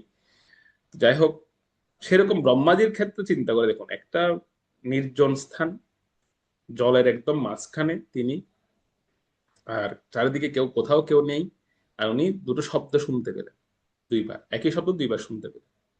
কেমন মনে হয় বা স্থিতিটা কেমন হবে? আবার এই শব্দগুলো কোথা থেকে আসছে সেই উৎসটাও খুঁজে পাচ্ছিলেন না, তাহলে স্থিতিটা কেমন হবে? তো যাদের যাদের ছোটবেলায় এরকম অন্ধকারে হাঁটার অভ্যাস আছে গ্রামগঞ্জে, আপনাদের এই অভিজ্ঞতাটা থাকবে। যখন লোডশেডিং হতো, অন্ধকারে আপনি বাজার থেকে আসছেন রাতের বেলা, কোনো টর্চ লাইট নেই, কিচ্ছু নেই, গ্রামের রাস্তা দিয়ে পাশ থেকে যদি কোনো শব্দ শুনেন, তখন কি হবে? তখন আমাদের অবস্থাটা কেমন হতো? তো সেরকম হতে পারে। এখন আমার ব্যক্তিগত অভিজ্ঞতা অনেকবার এরকম হয়েছে, ছোটবেলায় আর কি, এরকম অনেকবার পড়তে হয়েছে আমার। তো আমাদের মানে বাড়িতে প্রবেশের যে রাস্তাটা, এটা খুব একটু জঙ্গলাকীর্ণ ছিল। তো অনেক সময় এরকম রাতের বেলা একা একা আসতে হতো, হাতে কিছু নেই, কারণ অন্ধকার। এরকম পাশ থেকে কোনো শব্দ হলে আর কোনো কথা নাই, চোখ বন্ধ করে দৌড়, সোজা সোজা দৌড় দিতাম, চোখ বন্ধ করে একদম, মানে কোনো কোনো কোনো দিকে দেখা দেখি নাই, সোজা দৌড়। তো এই যে বিষয়টা ব্রহ্মাজির এরকম হতো, কিন্তু ব্রহ্মাজি দৌড় দেননি। ব্রহ্মাজি কি করলেন, তিনি চিন্তা করলেন, যেহেতু তিনি বুদ্ধিমান জীব, তিনি চিন্তা করলেন এই এই শব্দের দ্বারা আমাকে ইঙ্গিত করা হচ্ছে, আমাকে বলা হচ্ছে তপস্যা করা হচ্ছে। সেই জন্য তিনি তপস্যায় রত হলেন, তপস্যায় রত হলেন তিনি ব্রহ্মাজি। অর্থাৎ তিনি মনে করলেন যে এটা আমার জন্য একটা নির্দেশ, নির্দেশ স্বরূপ এটা। সেই নির্দেশ অনুসারে আমাকে মনোযোগ দিয়ে এখানে শব্দটা অনুবাদে লেখা দেখবেন, মনোযোগ দিয়ে তপস্যা করাই সমীচীন। ব্রহ্মাজি মনে করছিলেন যে আমার এখন তপস্যা করাই সমীচীন, আমার খুঁজে বেড়ানো উচিত নয় যে কোত্থেকে শব্দ, অলরেডি আমি একবার খুঁজতে গিয়ে মানে আমার জীবন একটা শেষ হয়ে গেছে। এখন এই শব্দ কোথা থেকে আসছে সেটা যদি খুঁজতে যাই তাহলে আরো একটা জীবন যাবে। সুতরাং আমার উচিত হচ্ছে এই শব্দকে আদর্শ মেনে, আদেশ মেনে আমার উচিত হচ্ছে সেই শব্দ অনুসরণে আমার তপস্যা করা উচিত। তো এটা থেকে আমরা একটা লেসন এখানে পাই, শিক্ষা পাই, সেটা হচ্ছে তাৎপর্য প্রভুপাদ বর্ণনা করেছেন যে আমাদেরও এরকম আহ উচিত হচ্ছে গুরুদেবের কাছ থেকে যখন আমাদের দীক্ষা হয় বা আমরা যখন গুরুদেবের কাছ থেকে দীক্ষিত হই, দীক্ষিত হওয়ার পর আমাদের কর্তব্য কি? আমাদের কর্তব্য হচ্ছে ভগবত ভক্তি সম্পাদন করা, প্রথম কর্তব্য গুরুদেবের আদেশ অনুসারে। এবং সেই ভগবত ভক্তি সম্পাদন করতে গিয়ে তার জন্য যতটুকু দরকার প্রয়োজন ততটুকু তপস্যা করা, ততটুকু তপস্যা করা উচিত আমাদের। তো এটি হচ্ছে আমাদের মানে কর্তব্য। অর্থাৎ গুরুদেবের কাছ থেকে যখনই আমাদের দীক্ষা হয়, দীক্ষার আম, অর্থাৎ এখানে তাৎপর্য প্রভুপাদ লিখেছেন দেখবেন যে ব্রহ্মাজির দীক্ষা, ব্রহ্মাও কিন্তু দীক্ষা লাভের জন্য তিনি অভিলাষ করেছিলেন এবং ভগবান ওনাকে দীক্ষা দিয়েছেন। তবে ওনার দীক্ষা প্রসেসটা ছিল একটু আমাদের থেকে ভিন্ন। আমরা তো দীক্ষার সময় গুরুদেবকে দেখতে পাই, গুরুদেবের মানে সান্নিধ্য পাই, অনলাইনে হোক বা অফলাইনে হোক। কিন্তু ব্রহ্মাজি অনলাইন অফলাইন কোথাও দেখতে পাচ্ছিলেন না গুরুদেবকে। গুরুদেবকে তো দেখতে পাচ্ছেন না, বরং শব্দ শুনছিলেন। আমার মনে হয় এটাকে আপনারা কোন দীক্ষায় সংজ্ঞায়িত করবেন জানি না। এখন তো অনলাইন যে দীক্ষা হয় সেটাও তো গুরুদেবকে দেখা যায়, দর্শন করা যায়, কিন্তু ব্রহ্মাজি সেটা দেখতে পেলেন না, কিন্তু দীক্ষিত হলেন এবং আদেশ প্রাপ্ত হলেন। তো তিনি সেই আদেশ অনুসারে তিনি তো আহ, উনি ভগবত সাধনা বা ওনার যে নির্দিষ্ট বিষয় সেই তপস্যায় তিনি রত হলেন, রত হয়ে পড়লেন। এটি হচ্ছে আমাদের এই শিক্ষা শ্লোক থেকে, যে যখন আমরা দীক্ষিত হই আমাদের উচিত যে গুরুদেবের যে আদেশ সেটা সম্পাদনে সচেষ্ট হওয়া বা সেটা করা, অনুশীলন করা, সেটা আমাদের কর্তব্য। উম, অনেক সময় আমরা খুব বেশি অনুসন্ধান করি, অনুসন্ধানমুখী হই আমরা, বা আমরা বিভিন্ন কিছু আমরা দেখি যে আমি যে গুরুদেবের কাছ থেকে দীক্ষা নিয়েছি ওনার প্রভাব প্রতিপত্তি কেমন, মানে সব ঠিক আছে কিনা, এই সমস্ত বিষয়গুলো আমরা দেখি। বা অনেক সময় আমরা ব্রহ্মাজির সঙ্গে নিজেকে ম্যাচ করার চেষ্টা করি। ব্রহ্মাজি তো সরাসরি ভগবান কাছ থেকে দীক্ষা নিয়েছে, আমরা তো সরাসরি ভগবানের কাছ থেকে দীক্ষা নিইনি। আমরা যার কাছ থেকে দীক্ষা নিয়েছি উনি কি সত্যিকার অর্থেই মানে ভগবানের মতোই এরকম? আমরা এরকমও অনেক সময় ভাবি। কিন্তু এখানে দেখবেন, এখানে বিষয়টা হচ্ছে এই যে একজন সৎ গুরুদেব, গুরুদেবের কাছ থেকে যে ভগবত ভক্তি বিষয়ে আমরা যে শিক্ষা পাই বা তার কাছ থেকে যে আমরা দীক্ষিত হচ্ছি, এটা আমাদের জন্য যথেষ্ট। কারণ ভগবান, ভগবানের কৃপা সরাসরি ভগবানের কাছ থেকে আসা আর হচ্ছে একজন গুরুদেবের মাধ্যমে আসা একই বিষয়। সেটা তিনটা মানে তিনটা মাধ্যম, মাধ্যম আছে। তিনটা মাধ্যম কি কি? স্বয়ং ভগবান, সদ্গুরুদেব এবং হচ্ছে শাস্ত্র গ্রন্থ। এই তিনটা মাধ্যম থেকে ভগবত কৃপা বা আদেশ বলতে পারেন সেটা আমাদের জন্য নেমে আসে দীক্ষার মাধ্যমে। কি কি? ভগবান, সদ্গুরুদেব এবং শাস্ত্র।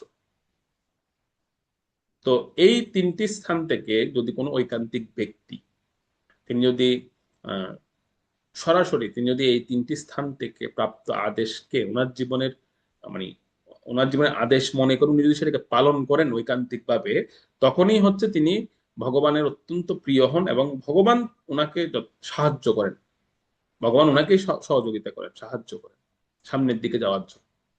ঐকান্তিক হতে হবে।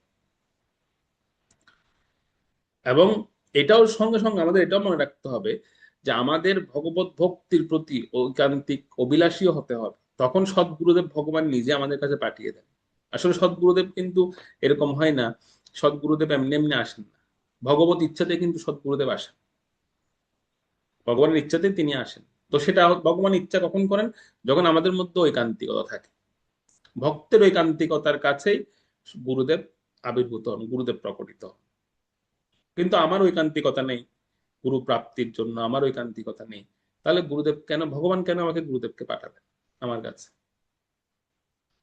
সেজন্য প্রথমটা হচ্ছে একজন ভক্তের ঐকান্তিকতা, সেখান থেকে ভগবান তার কাছে গুরুদেবকে প্রেরণ করেন, আর সেই গুরুদেবের আদেশ পালন করা, নির্দেশনা পালন করা, নির্দেশনার মাধ্যমে ভগবত ভক্তি সম্পাদন করা, এটি হচ্ছে ভগবানের কৃপা লাভের একমাত্র উপায়। তার জন্য সামনের রাস্তা প্রশস্ত থাকে। তো এইভাবে যখন ব্রহ্মাজি তিনি আদেশ প্রাপ্ত হয়ে তিনি যখন তপস্যায় রত হলেন, তো তিনি কত বছর তপস্যা করেছিলেন সে প্রসঙ্গে 8 নম্বর শ্লোকে সুখদেব গোস্বামী পাদ বর্ণনা করছেন। আমরা 8 নম্বর শ্লোকে যাই। 8 নম্বর শ্লোক। সকল বৈষ্ণব চরণে আমার প্রণাম। শ্লোক 8। দিব্যম সহস্রাব্দম অমোঘ দর্শন জিত নীল আত্মা বিজিত উভয় ইন্দ্রিয় অতপত স্ম অখিল লোক তাপনম তপতপিয়ান্তপতাম সমাহিত। অনুবাদ। ব্রহ্মা 1 সহস্র দিব্য বর্ষ তপস্যা করেছিলেন। তিনি আকাশে এই অপ্রাকৃত শব্দ তরঙ্গ শ্রবণ করেন এবং তিনি তা দিব্য বলে গ্রহণ করেছিলেন। এইভাবে তিনি তার মন এবং ইন্দ্রিয় সমূহকে সংযত করেছিলেন এবং যে তপস্যা তিনি করেছিলেন তা সমস্ত জীবের পক্ষে এক আদর্শ শিক্ষা। এইভাবে তিনি সমস্ত তপস্বীদের মধ্যে শ্রেষ্ঠ তপস্বী বলে স্বীকৃত হয়েছেন। হরে কৃষ্ণ। তো ব্রহ্মাজি তিনি 1 সহস্র দিব্য বর্ষ অর্থাৎ দেবতাদের হিসাবে তিনি 1 সহস্র বর্ষ তপস্যা করেছিলেন দেবলোকের হিসাব অনুসারে। তো এবং তিনি আকাশে এই অপ্রাকৃত শব্দ তরঙ্গ, যে শব্দ তরঙ্গ তিনি শুনেছিলেন, এটা শ্রবণ করেছিলেন এবং তিনি সেটাকে দিব্য বলে গ্রহণ করেছেন।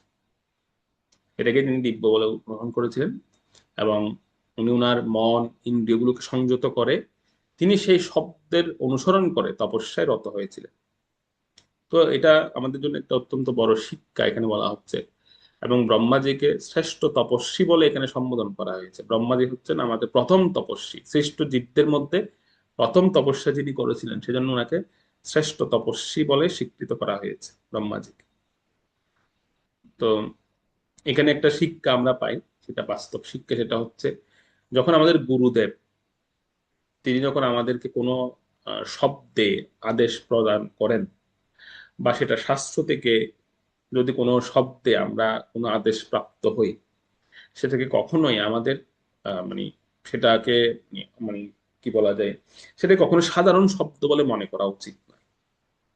সেটা কখনো সাধারণ কোনো শব্দ সেভাবে মনে করা উচিত না। এখানে তাৎপর্য যে স্পষ্টভাবে বর্ণনা করা আছে যে অপ্রাকৃত যে শব্দ তরঙ্গ, সেটাকে আমাদের অবশ্য অনুসরণ করা উচিত।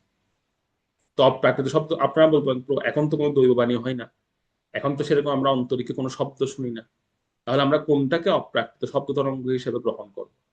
তো স্পষ্টই একদম সেটা পরিষ্কার করে দেওয়া হয়েছে তাৎপর্যের মধ্যে। প্রভুপাদ বর্ণনা করেছেন যে শব্দগুলো শাস্ত্র থেকে উদ্ধৃত, যেমন শ্রীমদ ভাগবত, শ্রীমদ ভগবত গীতা এবং অন্যান্য যে শাস্ত্র সমূহ আছে, এগুলো সবগুলো অপ্রাকৃত শব্দ তরঙ্গ।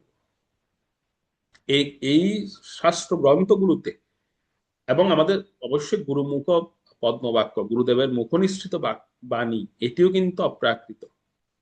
এটিও কিন্তু সাধারণ শব্দ নয়, শক্তিহীন শব্দ নয়, শক্তিযুক্ত শব্দ। কিন্তু গুরুদেবের মুখনিসৃত বাণী এবং শাস্ত্রবাণী এগুলো হচ্ছে অপ্রাকৃত শক্তিযুক্ত শব্দ, তার মধ্যে যথেষ্ট শক্তি আছে।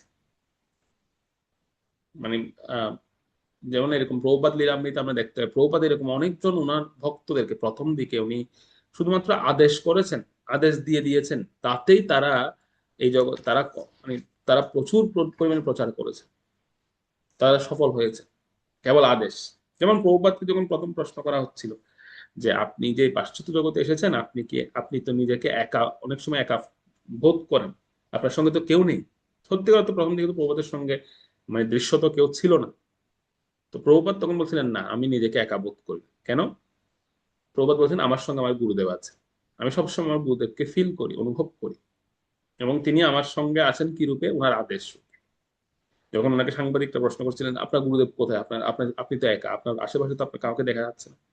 তো প্রভুপাদ বলছেন আমার গুরুদেব আমার কাছে আদেশ রূপে আছেন, আমার গুরুদেবেরই আদেশ ছিল যে তুমি পাশ্চাত্য দেশে যাও, গিয়ে সেখানে ইংরেজি ভাষায় এই ভগবত তত্ত্ববিজ্ঞান প্রচার করো। সেটি হচ্ছে আমার স্বয়ং গুরুদেব, সেই আদেশটা হচ্ছে গুরুদেব আমার কাছে। তো সেই শব্দ তরঙ্গের মাধ্যমেই তিনি আমার সঙ্গে উপস্থিত আছেন। তো এই যে একজন শিষ্যের মধ্যে যে এই যে ডিটারমিনেশন, সেজন্য প্রভুপাদ সাকসেস হয়েছিলেন, সফল হয়েছিলেন সেখানে, যে তিনি গুরুদেবের আদেশটাকেই সাক্ষাৎ গুরুদেব রূপে তিনি গ্রহণ করেছেন। তো গুরুদেব, গুরু বড়রা যখন কোনো আদেশ করেন বা কোনো আমাদেরকে নির্দেশনা দেন, তখন বুঝতে হবে সেটা কিন্তু সাধারণ কোনো শব্দ তরঙ্গ নয়, সে তার মধ্যে শক্তিযুক্ত হয়ে, মানে সেই শব্দটা হচ্ছে সরাসরি ভগবান থেকে শক্তি নিয়ে আমাদের কাছে আসে সরাসরি। অনেক সময় মনে হয় হয়তো আমি এটা পারবো না, এটা আমার দ্বারা হবে না, মনে হয় সম্ভব হবে না, এরকম আমরা ভাবি। এটা আমাদের, আমরা ভাবতেই পারি যেহেতু আমরা বদ্ধ জীব। কিন্তু কেউ যদি নৈষ্ঠিকভাবে গুরুদেবের বাণীর প্রতি, যে হ্যাঁ গুরুদেব যখন বলেছে দেখি একবার চেষ্টা করে দেখতে ক্ষতি কি, তো যখন কেউ লেগে পড়ে তখন কিন্তু দেখা যায় সে সফল হয়। তো ব্রহ্মাজি তিনি যে শব্দ শুনেছিলেন, বা তিনি যে যে শব্দটা তিনি শ্রবণ করেছিলেন, সেটা শোনার পরে ওনার উপলব্ধিটা হচ্ছে কি, যে না, এটি হচ্ছে আমার, মানে আমার গুরুদেব বা আমাকে যিনি সৃষ্টি করেছেন তার কাছ থেকে প্রাপ্ত আদেশ, সেটা আমাকে করতেই হবে। আর সেটা 1-2 বছর করেননি। আমরা হলে তো 6 মাস পালন করার পরে যদি সাকসেস না হই, সফল না হই, আমরা বলবো দূর হচ্ছে না, আমাকে দিয়ে মনে হয় আর হবে না। যেমন কাউকে একটা শ্লোক মুখস্থ করতে দিলাম, সে 1-2 বার পারছে না, একটা পর্যায়ে বলে ধুর প্রভু পারছি না, আমার দ্বারা হবে না। এমন হয়ে যায় যে আবার মুখও, আর আমার সামনে মুখও দেখায় না, যে না না বাবা, গেলে শ্লোক ধরবে, আবার বলতে হবে, সেজন্য থাক, সামনে হয় বন্ধ করে দিই। সেরকম অনেক সময় এরকম ভাবনা আসে আমাদের মধ্যে, যে আমার দ্বারা তো হচ্ছে না, মনে হয় আমি আর এটা, আমার দ্বারা হবে না, এটা বাদ দিই। কিন্তু ব্রহ্মাজি দেখুন, তিনি 1 সহস্র দিব্য বছর তিনি তপস্যা করেছেন, মানে 1000 দেবতাদের হিসাবে 1000 বছর তিনি শুধু তপস্যা করে গেছেন। 1-2 বছর না, 1000 দিব্য বছর তিনি তপস্যা করেছেন। সেজন্য বলা হচ্ছে, প্রভুপাদ তাৎপর্যে লিখেছেন, গুরুদেবের আদেশ কেবল পালন করলে হবে না, পালন করতে গেলে তার মধ্যে একটা জিনিস রাখতে হবে, বিশ্বস্ততা। এটা খুব গুরুত্বপূর্ণ শব্দ। বিশ্বস্ততার সঙ্গে, সম্পূর্ণ বিশ্বস্ততার সঙ্গে আমাদের গুরুদেবের আদেশ পালন করতে হবে। এটি হচ্ছে সাফল্যের প্রকৃত রহস্য। একজন ভক্ত সফল হবে কখন? সফল হওয়ার প্রকৃত রহস্য হচ্ছে বিশ্বস্ততার সঙ্গে, অর্থাৎ গুরুদেবের বাণীটাকে বিশ্বাস করতে হবে। গুরুদেবের বাণীটাকে বিশ্বাস করতে হবে। এখন তো অনেকে আছে, যেমন ধরুন আমি কোন একটা বিষয় থেকে উদ্ধৃতি দিচ্ছি, বা আমাদের যারা, মানে আমাদের গুরুবর্গরা আছেন, আচার্যরা আছেন, ওনারা তো অনেক গ্রন্থ রচনা করেছে। তেমন নয় যে সব গ্রন্থ খুলে খুলে খুলে খুলে সেখান থেকে কোটেশন গুলো বলা সময় সাপেক্ষ ব্যাপার। তো আমরা কি করি, যে যখন যখন আমরা ক্লাস নোট করি, এটা আমরা সবাই, তো আমরা কি করি, ওই ওই কোটেশন গুলোকে সংক্ষিপ্ত করে নিয়ে তখন আমরা বলি আপনাদের। তো অনেক সময় অনেকে এরকম ক্লাসের ক্ষেত্রে অনেকের প্রশ্ন হয়, প্রভু এই কথাটা তো এখানে পাচ্ছি না কোথাও, এটা আপনি কোথা থেকে বলছেন, এটার উৎসটা কি? অনেক সময় আমাদের মধ্যে এরকম ধারণা আসে। বা আমি একটা গ্রন্থ পড়ছি ধরুন, তো সেখানে প্রভুপাদ একটা শ্লোক থেকে উদ্ধৃতি দিয়েছেন, বা আমাদের আচার্যরা একটা শ্লোক থেকে উদ্ধৃতি দিচ্ছেন, তো হয়তো সেটা আমার নলেজে নেই, নাও থাকতে পারে, থাকার সম্ভাবনা খুবই কম। তখন আমাদের মধ্যে একটু সন্দেহ আসতে পারে যে এটা উনি কোথা থেকে লিখলেন, এটা কোথা থেকে এখানে দেওয়া হলো। এই যে বিশ্বস্ততার অভাব। তারপর ধরুন আমাদের গুরুবর্গরা অনেক সময় আমাদেরকে ভজন রাজ্যের বা ভজন ইয়েতে অনেক গোপন বিষয় তিনি আমাদেরকে ব্যক্ত করছেন। তো আমরা তখন এটা নিয়েও ভাবি যে আসলে কি এরকম, বা বিষয়টাকে আসলে এরকম। এই যে বিশ্বস্ততার একটা অভাব, এই কারণে আমরা সফল হতে পারি না। বা আমাদেরকে একটা আদেশ দিয়েছেন ধরুন যে তুমি এটা করো, তোমার দ্বারা এটা হবে, কিন্তু আমি বল দূর, আমার দ্বারা কিভাবে হবে, আমার দ্বারা হওয়ার সম্ভাবনা খুবই কম। যেমন একজন মহারাজের জীবনী আমাকে খুবই আকৃষ্ট করে, তিনি হচ্ছেন শ্রী শ্রীমৎ গৌর গোবিন্দ স্বামী মহারাজ, যিনি উড়িষ্যাতে প্রভুপাদের সর্বপ্রথম যিনি প্রভুপাদের এই যে আন্দোলন তিনি প্রচার করেছিলেন, গৌর গোবিন্দ স্বামী মহারাজ। তো ওনাকে দেখবে, উনি, ওনাকে যখন প্রভুপাদ আদেশ দিয়েছিলেন যে উড়িষ্যাতে প্রচার করার জন্য, না উড়িষ্যাতে কোনো ভক্তই ছিল না, মানে এই যে ইসকনের কোনো অনুসারী ছিলেন না। তো প্রভুপাদ ওনাকে আদেশ দিয়েছিলেন, তখন উনি একটা ছোট্ট কুটির বানিয়ে সেখানে তিনি এই প্রথম এই যে হরে কৃষ্ণ আন্দোলন তিনি শুরু করেছিলেন। তো প্রভুপাদকে যখন তিনি নিমন্ত্রণ করতে গিয়েছেন, তখন অনেক অনেক প্রভুপাদের অনেক শিষ্যগণ বা অনেক ভক্তরা ওনারা বলছিলেন যে তোমার কি আছে সেখানে, যে তুমি প্রভুপাদকে নিমন্ত্রণ করছো, তুমি এখনো কোনো ভক্ত তুলতে পারোনি, বা এখনো কোনো তেমন প্রচার হয়নি, একটা ছোট্ট কুটির মাত্র, সেখানে কি আছে এমন, কি হবে সেখানে? কেউ কেউ তো এমনও বলছিলেন যে প্রভুপাদ ও এত বছরে কিছু করতে পারেনি, সুতরাং ওখানে মনে হয় অন্য কাউকে সেট করলে ভালো হয়, অন্য কাউকে দিলে ভালো হয়। প্রভুপাদ বলছিলেন যে না, যা করার সেই করবে, বা তাকে দিয়েই হবে। এবং প্রভুপাদ ছিল গৌর গোবিন্দ সাহেব মহারাজের নিমন্ত্রণে সেখানে গিয়েছেন, সে কুঁড়ে ঘরে তিনি গিয়েছেন, মাটির ঘরে। আর আজকে দেখুন, আজকে সে ভুবনেশ্বরে বিশাল মন্দির, বা সে ভুবনেশ্বরে অনেক প্রচার। তো একটা জিনিস হয়তো প্রথম অবস্থায় সেরকম দেখা যায় না, কিন্তু গুরুদেবের আদেশ বা বাণীর প্রতি যদি কেউ সচেষ্ট লেগে থাকেন, তো সফলতা নিশ্চিত। তবে সেখানে একটা শব্দ এখানে প্রভুপাদ জুড়ে দিয়েছেন, সেটা হচ্ছে বিশ্বস্ততার সঙ্গে সদ্গুরুদেবের আদেশ পালন করা।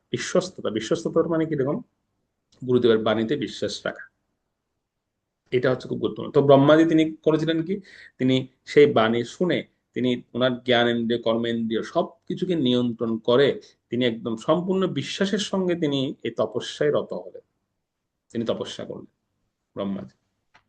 আসলে ব্রহ্মাজির যে তপস্যা পদ্ধতি বা তিনি যে তপস্যা করছিলেন, এটা কিন্তু খুব একটা রেয়ার বিষয়। এখানে আমরা পাই যে একটা শব্দ তিনি শুনলেন, কোথার থেকে তার উৎস তাও জানেন না, আর সেটা শুনেই তিনি লেগে পড়েছেন তপস্যা করার জন্য। আর 1-2 বছর তপস্যা নয়, 1000 বছর দিব্য বছর তিনি তপস্যা করেছিলেন। তো সেজন্য এই যে নিষ্ঠা, পূর্ণ বিশ্বাস এবং নিষ্ঠা সহকারে তিনি তপস্যা করেছিলেন বলে তিনি শক্তি অর্জন করেছিলেন, তিনি পরবর্তী ব্রহ্মাণ্ডের স্রষ্টা হয়েছিলেন। এটি হচ্ছে ওনার যোগ্যতা, নিষ্ঠা এবং বিশ্বাস, পূর্ণ বিশ্বাস। এই জন্য ওনাকে পরবর্তী স্রষ্টা হিসেবে বানানো হয়েছে ব্রহ্মাণ্ডে, উনি সৃষ্টি করেছেন। তো ব্রহ্মাজি যখন এভাবে তপস্যা করলেন, সেই তপস্যার ফলে ভগবান কি করলেন, ভগবান ওনাকে কিভাবে পুরস্কৃত করলেন, সেটা আমরা দেখবো 9 নম্বর শ্লোক। 9 নম্বর শ্লোকটা পড়ুন।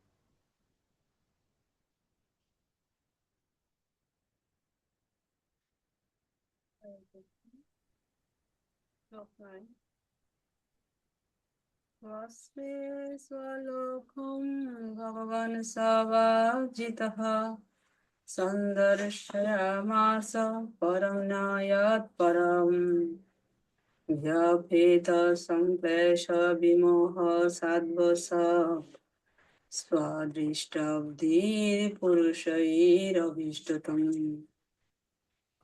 অনুবাদ: ব্রহ্ম তপস্যা অত্যন্ত প্রসন্ন হইয়া পরমেশ্বর ভগবান তাকে সমস্ত লোকের ঊর্ধ্বে তার পরম ধাম বৈকুণ্ঠ লোক প্রদর্শন করিয়াছিলেন। ভগবানের সেই অপাকৃত ধাম সব রকম জড়ক্লেশ এবং সংসার ভয় থেকে মুক্ত আত্মবিদ্যের দ্বারা পূজিত। তো আমরা কোন প্রশ্নের উপর আলোচনা করছিলাম, আমি আবার একটু রিপিট করে দিই। যে প্রশ্নটা হয়েছিল অষ্টম অধ্যায়ের 8 নম্বর শ্লোকে, যে জীবের দেহ আর ভগবানের দেহ, অর্থাৎ জড়জগতে সৃষ্ট জীবদের দেহ আর ভগবত লোকের যারা অবস্থান করেন তাদের দেহের মধ্যে পার্থক্য আছে। এই শ্লোকে সেটা আরো ক্লিয়ার করে দেওয়া হয়েছে। সেটা হচ্ছে কি, ভগবানের যে অপ্রাকৃত ধাম, ব্রহ্মাজির প্রার্থনায়, ব্রহ্মাজির তপস্যায় সন্তুষ্ট হয়ে ভগবান ওনাকে সমস্ত লোকের ঊর্ধ্বে, অর্থাৎ জড় লোক সমূহের ঊর্ধ্বে যে ভগবানের বৈকুণ্ঠ লোক আছে, সে বৈকুণ্ঠ লোক দর্শন করালেন ব্রহ্মাজি। তো সেই যে ধামের যারা অধিবাসী, তাদের বৈশিষ্ট্যটা কি, সেটাও এই শ্লোকে বলা হচ্ছে। অর্থাৎ জড় সৃষ্টি এবং জড় দেহ, আমরা যারা জড় জগতে অবস্থান করছে, আমাদের দেহ, আর সেই বৈকুণ্ঠ লোকে অবস্থিত ভক্তদের বা সেই ভগবত পার্শ্বদের দেহের মধ্যে পার্থক্য আছে, সেটা এই শ্লোকে বোঝানো হয়েছে। ওনারা হচ্ছেন সব রকম জড় ক্লেশ ও সংসার ভয় থেকে মুক্ত আত্মবিদ, আমাদেরকে বলা হচ্ছে। জড়ক্লেশ কয় প্রকার? তাৎপর্য প্রবন্ধে লিখেছেন 5 প্রকার জড়ক্লেশ আছে। সেই 5 প্রকার জড়ক্লেশ গুলো কি? সেটা প্রথম যে ক্লেশটা, সেটা হচ্ছে কি অবিদ্যা। আমরা মহাপ্রসাদের মন্ত্রে গাই না, শরীর অবিদ্যা জাল। তো অবিদ্যা মানে, অবিদ্যা শব্দের অর্থ কি? অবিদ্যা শব্দের অর্থে বলা হচ্ছে, অবিদ্যা শব্দের অর্থ হচ্ছে অনিত্য বস্তুর প্রতি নিত্য বুদ্ধিযুক্ত হওয়া।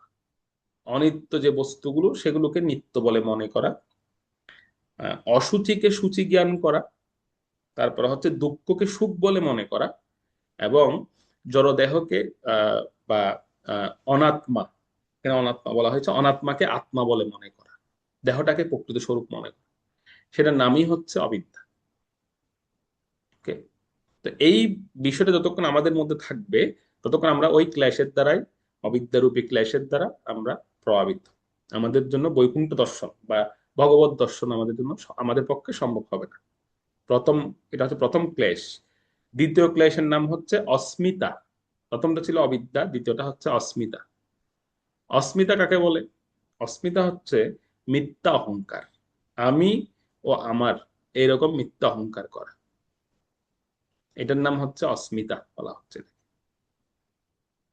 অর্থাৎ ইন্দ্রিয়ানুভূতিকে প্রাধান্য দেওয়া বা সেটাকেই কেবল সত্য বলে মনে করা, এটার নামই হচ্ছে অস্মিতা। এটা হচ্ছে দ্বিতীয় ক্লেশ। তৃতীয় ক্লেশের নাম কি? তৃতীয় ক্লেশ হচ্ছে রাগ। রাগ মানে কি? রাগ মানে হচ্ছে আসক্তি, অর্থাৎ জড় সুখ এবং দুঃখ লাভের যে নিবৃত্তি, সেই নিবৃত্তির উপায়টাকে রাগ বলে। মানে এই যে জড় সুখ বা দুঃখ আমরা পাচ্ছি, সেখান থেকে আমি সেগুলোকে আমি কিভাবে কমাতে পারি। যেমন অনেক আছে, আমরা দুঃখ পাচ্ছি, দুঃখটাকে কিভাবে কম করাতে পারি, কিভাবে আর একটু সুখ পেতে পারি, এই যে একটা অভিলাষ, সেটার নামই হচ্ছে রাগ। এবং রাগের আরো একটা ব্যাখ্যা এখানে বলা হচ্ছে যে কোন একটা বস্তু আমি খুব কামনা করছি, সেটা পাওয়ার পরে আরো বেশি পেতে চাওয়া, সেটার নামও হচ্ছে রাগ। ধরুন আমি কোন একটা বিষয় খুব আকাঙ্ক্ষা করছি যে আমি এই জিনিসটা যদি পেতাম, এই জিনিসটা যদি পেতাম, পাওয়ার পরে আমি বলছি, "ইস, আরেকটু যদি বেশি পেতাম, আরেকটু যদি বেশি লাভ হতো", এটার নামও হচ্ছে রাগ বলা হচ্ছে। চতুর্থ ক্লেশটার নাম হচ্ছে দেশ। দেশ মানে হচ্ছে কি? ঘৃণা বা দুঃখ বা দুঃখের যে কারণ, সেটাকে বিরক্তি বলে মনে করা। যেমন ধরুন আমি কোনো একটা স্থানে, কোনো একটা জায়গা থেকে আমি দুঃখ পেয়েছি বা দুঃখ পেলাম, প্রথমত হচ্ছে সেটাকে ঘৃণা করা, অথবা এই দুঃখের প্রতি বিরক্ত হয়ে যাওয়া।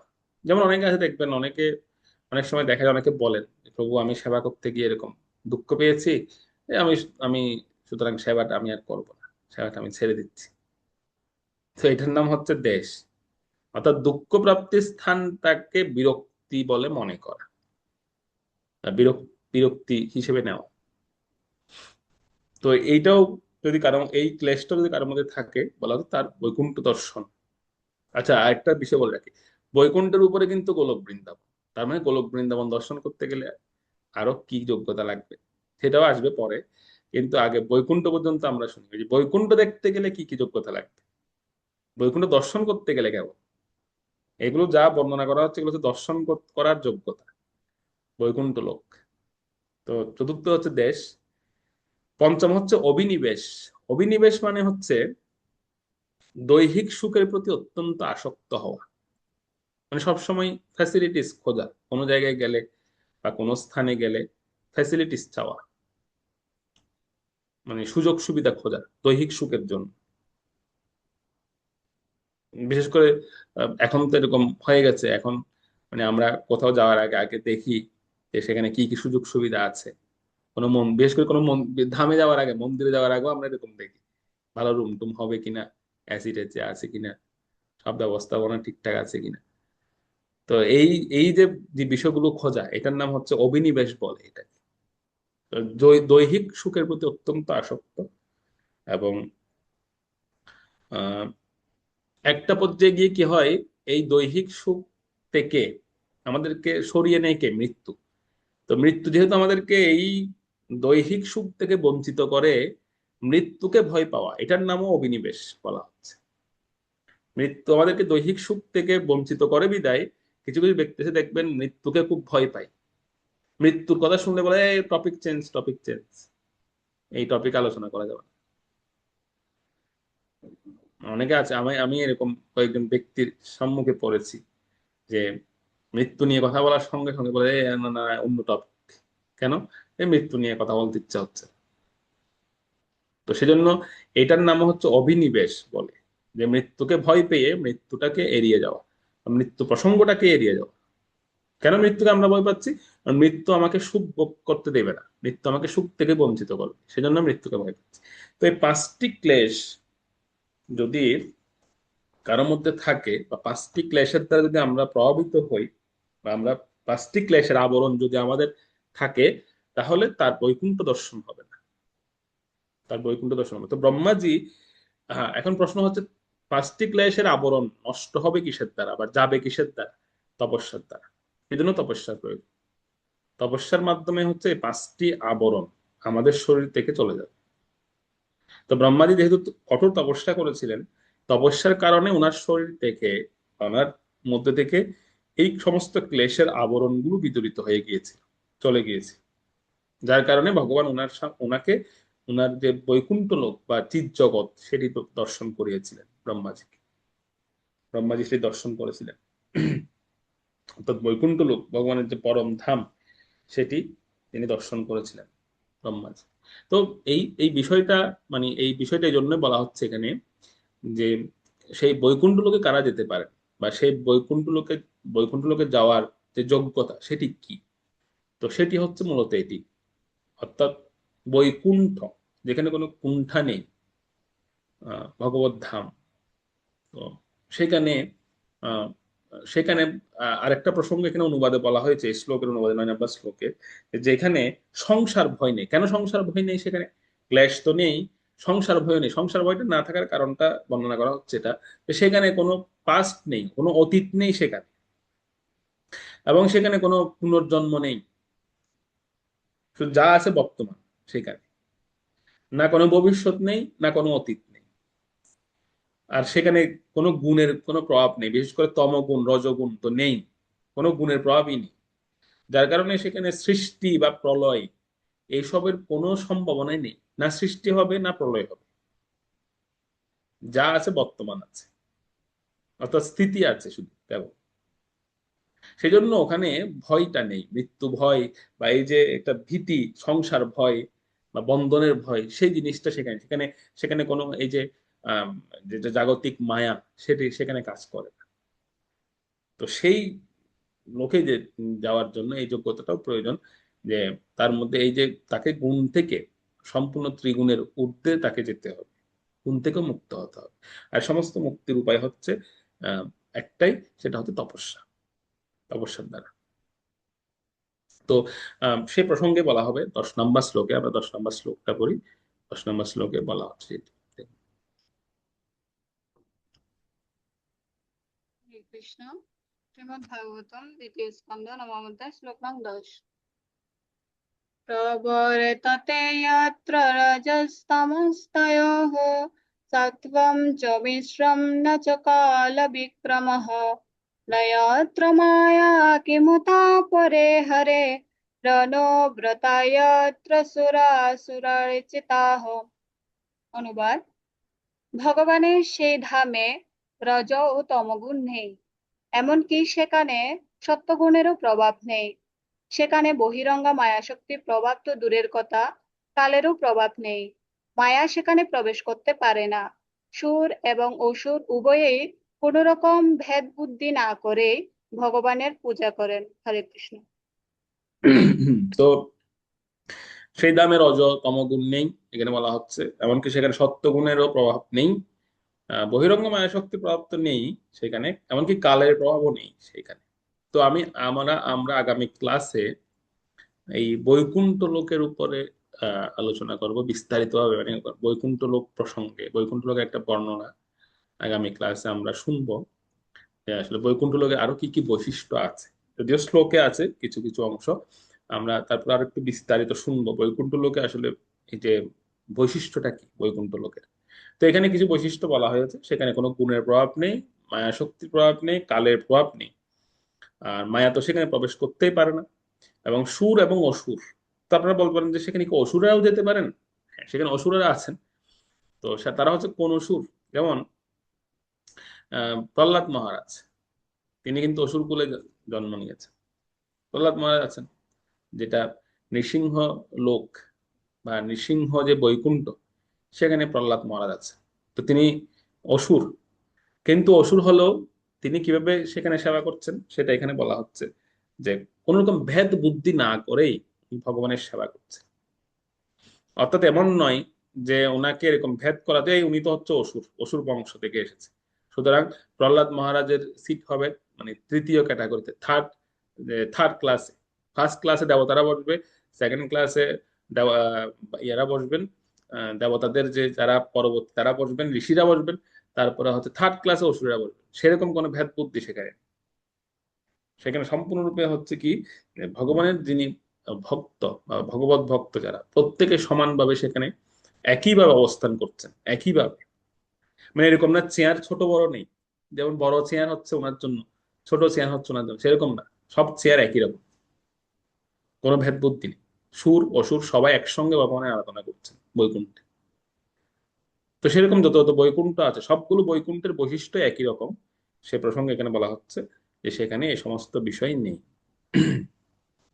তো এই যে বৈকুণ্ঠ দর্শন ব্রহ্মাজি করলেন, বা ব্রহ্মার যে বৈকুণ্ঠ দর্শন করলেন, সেটি ব্রহ্মাজি দেখতে পেলেন এই বৈকুণ্ঠ হচ্ছে ভগবানের যে টোটাল সৃষ্টি, জড় এবং চিৎ বা অপ্রাকৃত জগৎ এবং জড় জগৎ, এই টোটাল সৃষ্টিকে যদি 4 ভাগে বিভক্ত করা হয়, তার 1 ভাগ হচ্ছে জড় জগৎ, আর 3 ভাগ হচ্ছে বৈকুণ্ঠ জগৎ বা চিৎ জগৎ। বুঝতে পারছেন? তো ব্রহ্মাই দেখতে পেলেন যে আমি যেখানে বসে আছি, এটা হচ্ছে ভগবানের সৃষ্টির 4 ভাগের 1 ভাগে আমি বসে আছি মাত্র। আমি হচ্ছে সবচেয়ে ছোট স্থানে বসে আছি, আর পুরো 3 ভাগ হচ্ছে সে চিৎ জগৎ। যেমন অনেকে প্রশ্ন করে যে প্রভু আপনারা যে সবাইকে ভক্ত হতে বলেন, এতগুলো যদি ভক্ত হয়ে যায়, এরা মারা যাওয়ার পরে এরা যে গোলক বৃন্দাবনে বৈকুণ্ঠে যাবে, ওখানে এত জায়গা হবে কি? সবার জায়গা হবে তো? তো তাদের তাদের জন্য এই বিষয়টা তাদেরকে দেখিয়ে দেবেন যে আমরা এক অংশে মাত্র বসে আছি, আরো 3 অংশ হচ্ছে ভগবত লোক। মানে আমরা সবাই, পৃথিবীর সমস্ত লোকও যদি ভগবত ধাম চলে যায়, সমস্ত জীব, তাতেও ওখানে জায়গা ভরবে না, একটা অংশ পূর্ণ হবে না, এত বিশাল সৃষ্টি।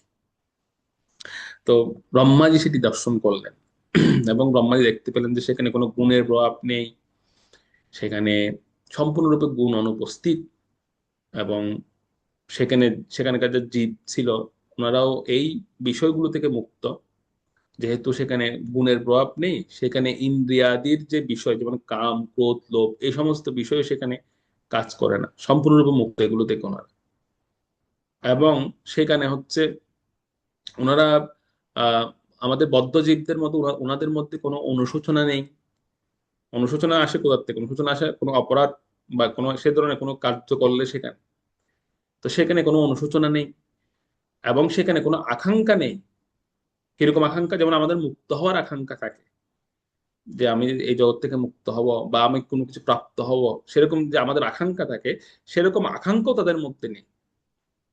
সম্পূর্ণরূপে সমস্ত আসক্ত অনুশোচনা আকাঙ্ক্ষা থেকে মুক্ত, এবং আহ সেখানে বহিরঙ্গা মায়া শক্তির কোনো প্রভাব নেই, ব্রহ্মাজি দেখতে পেলেন। তো এই সমস্ত বিষয় দর্শন করলেন ব্রহ্মাজি সম্পূর্ণরূপে, সম্পূর্ণ অপ্রাকৃত গুণাবলীর দ্বারাই সেটি গুণান্বিত ছিল, এবং সমস্ত অপ্রাকৃত গুণগুলো সেখানে বিরাজ করছিল।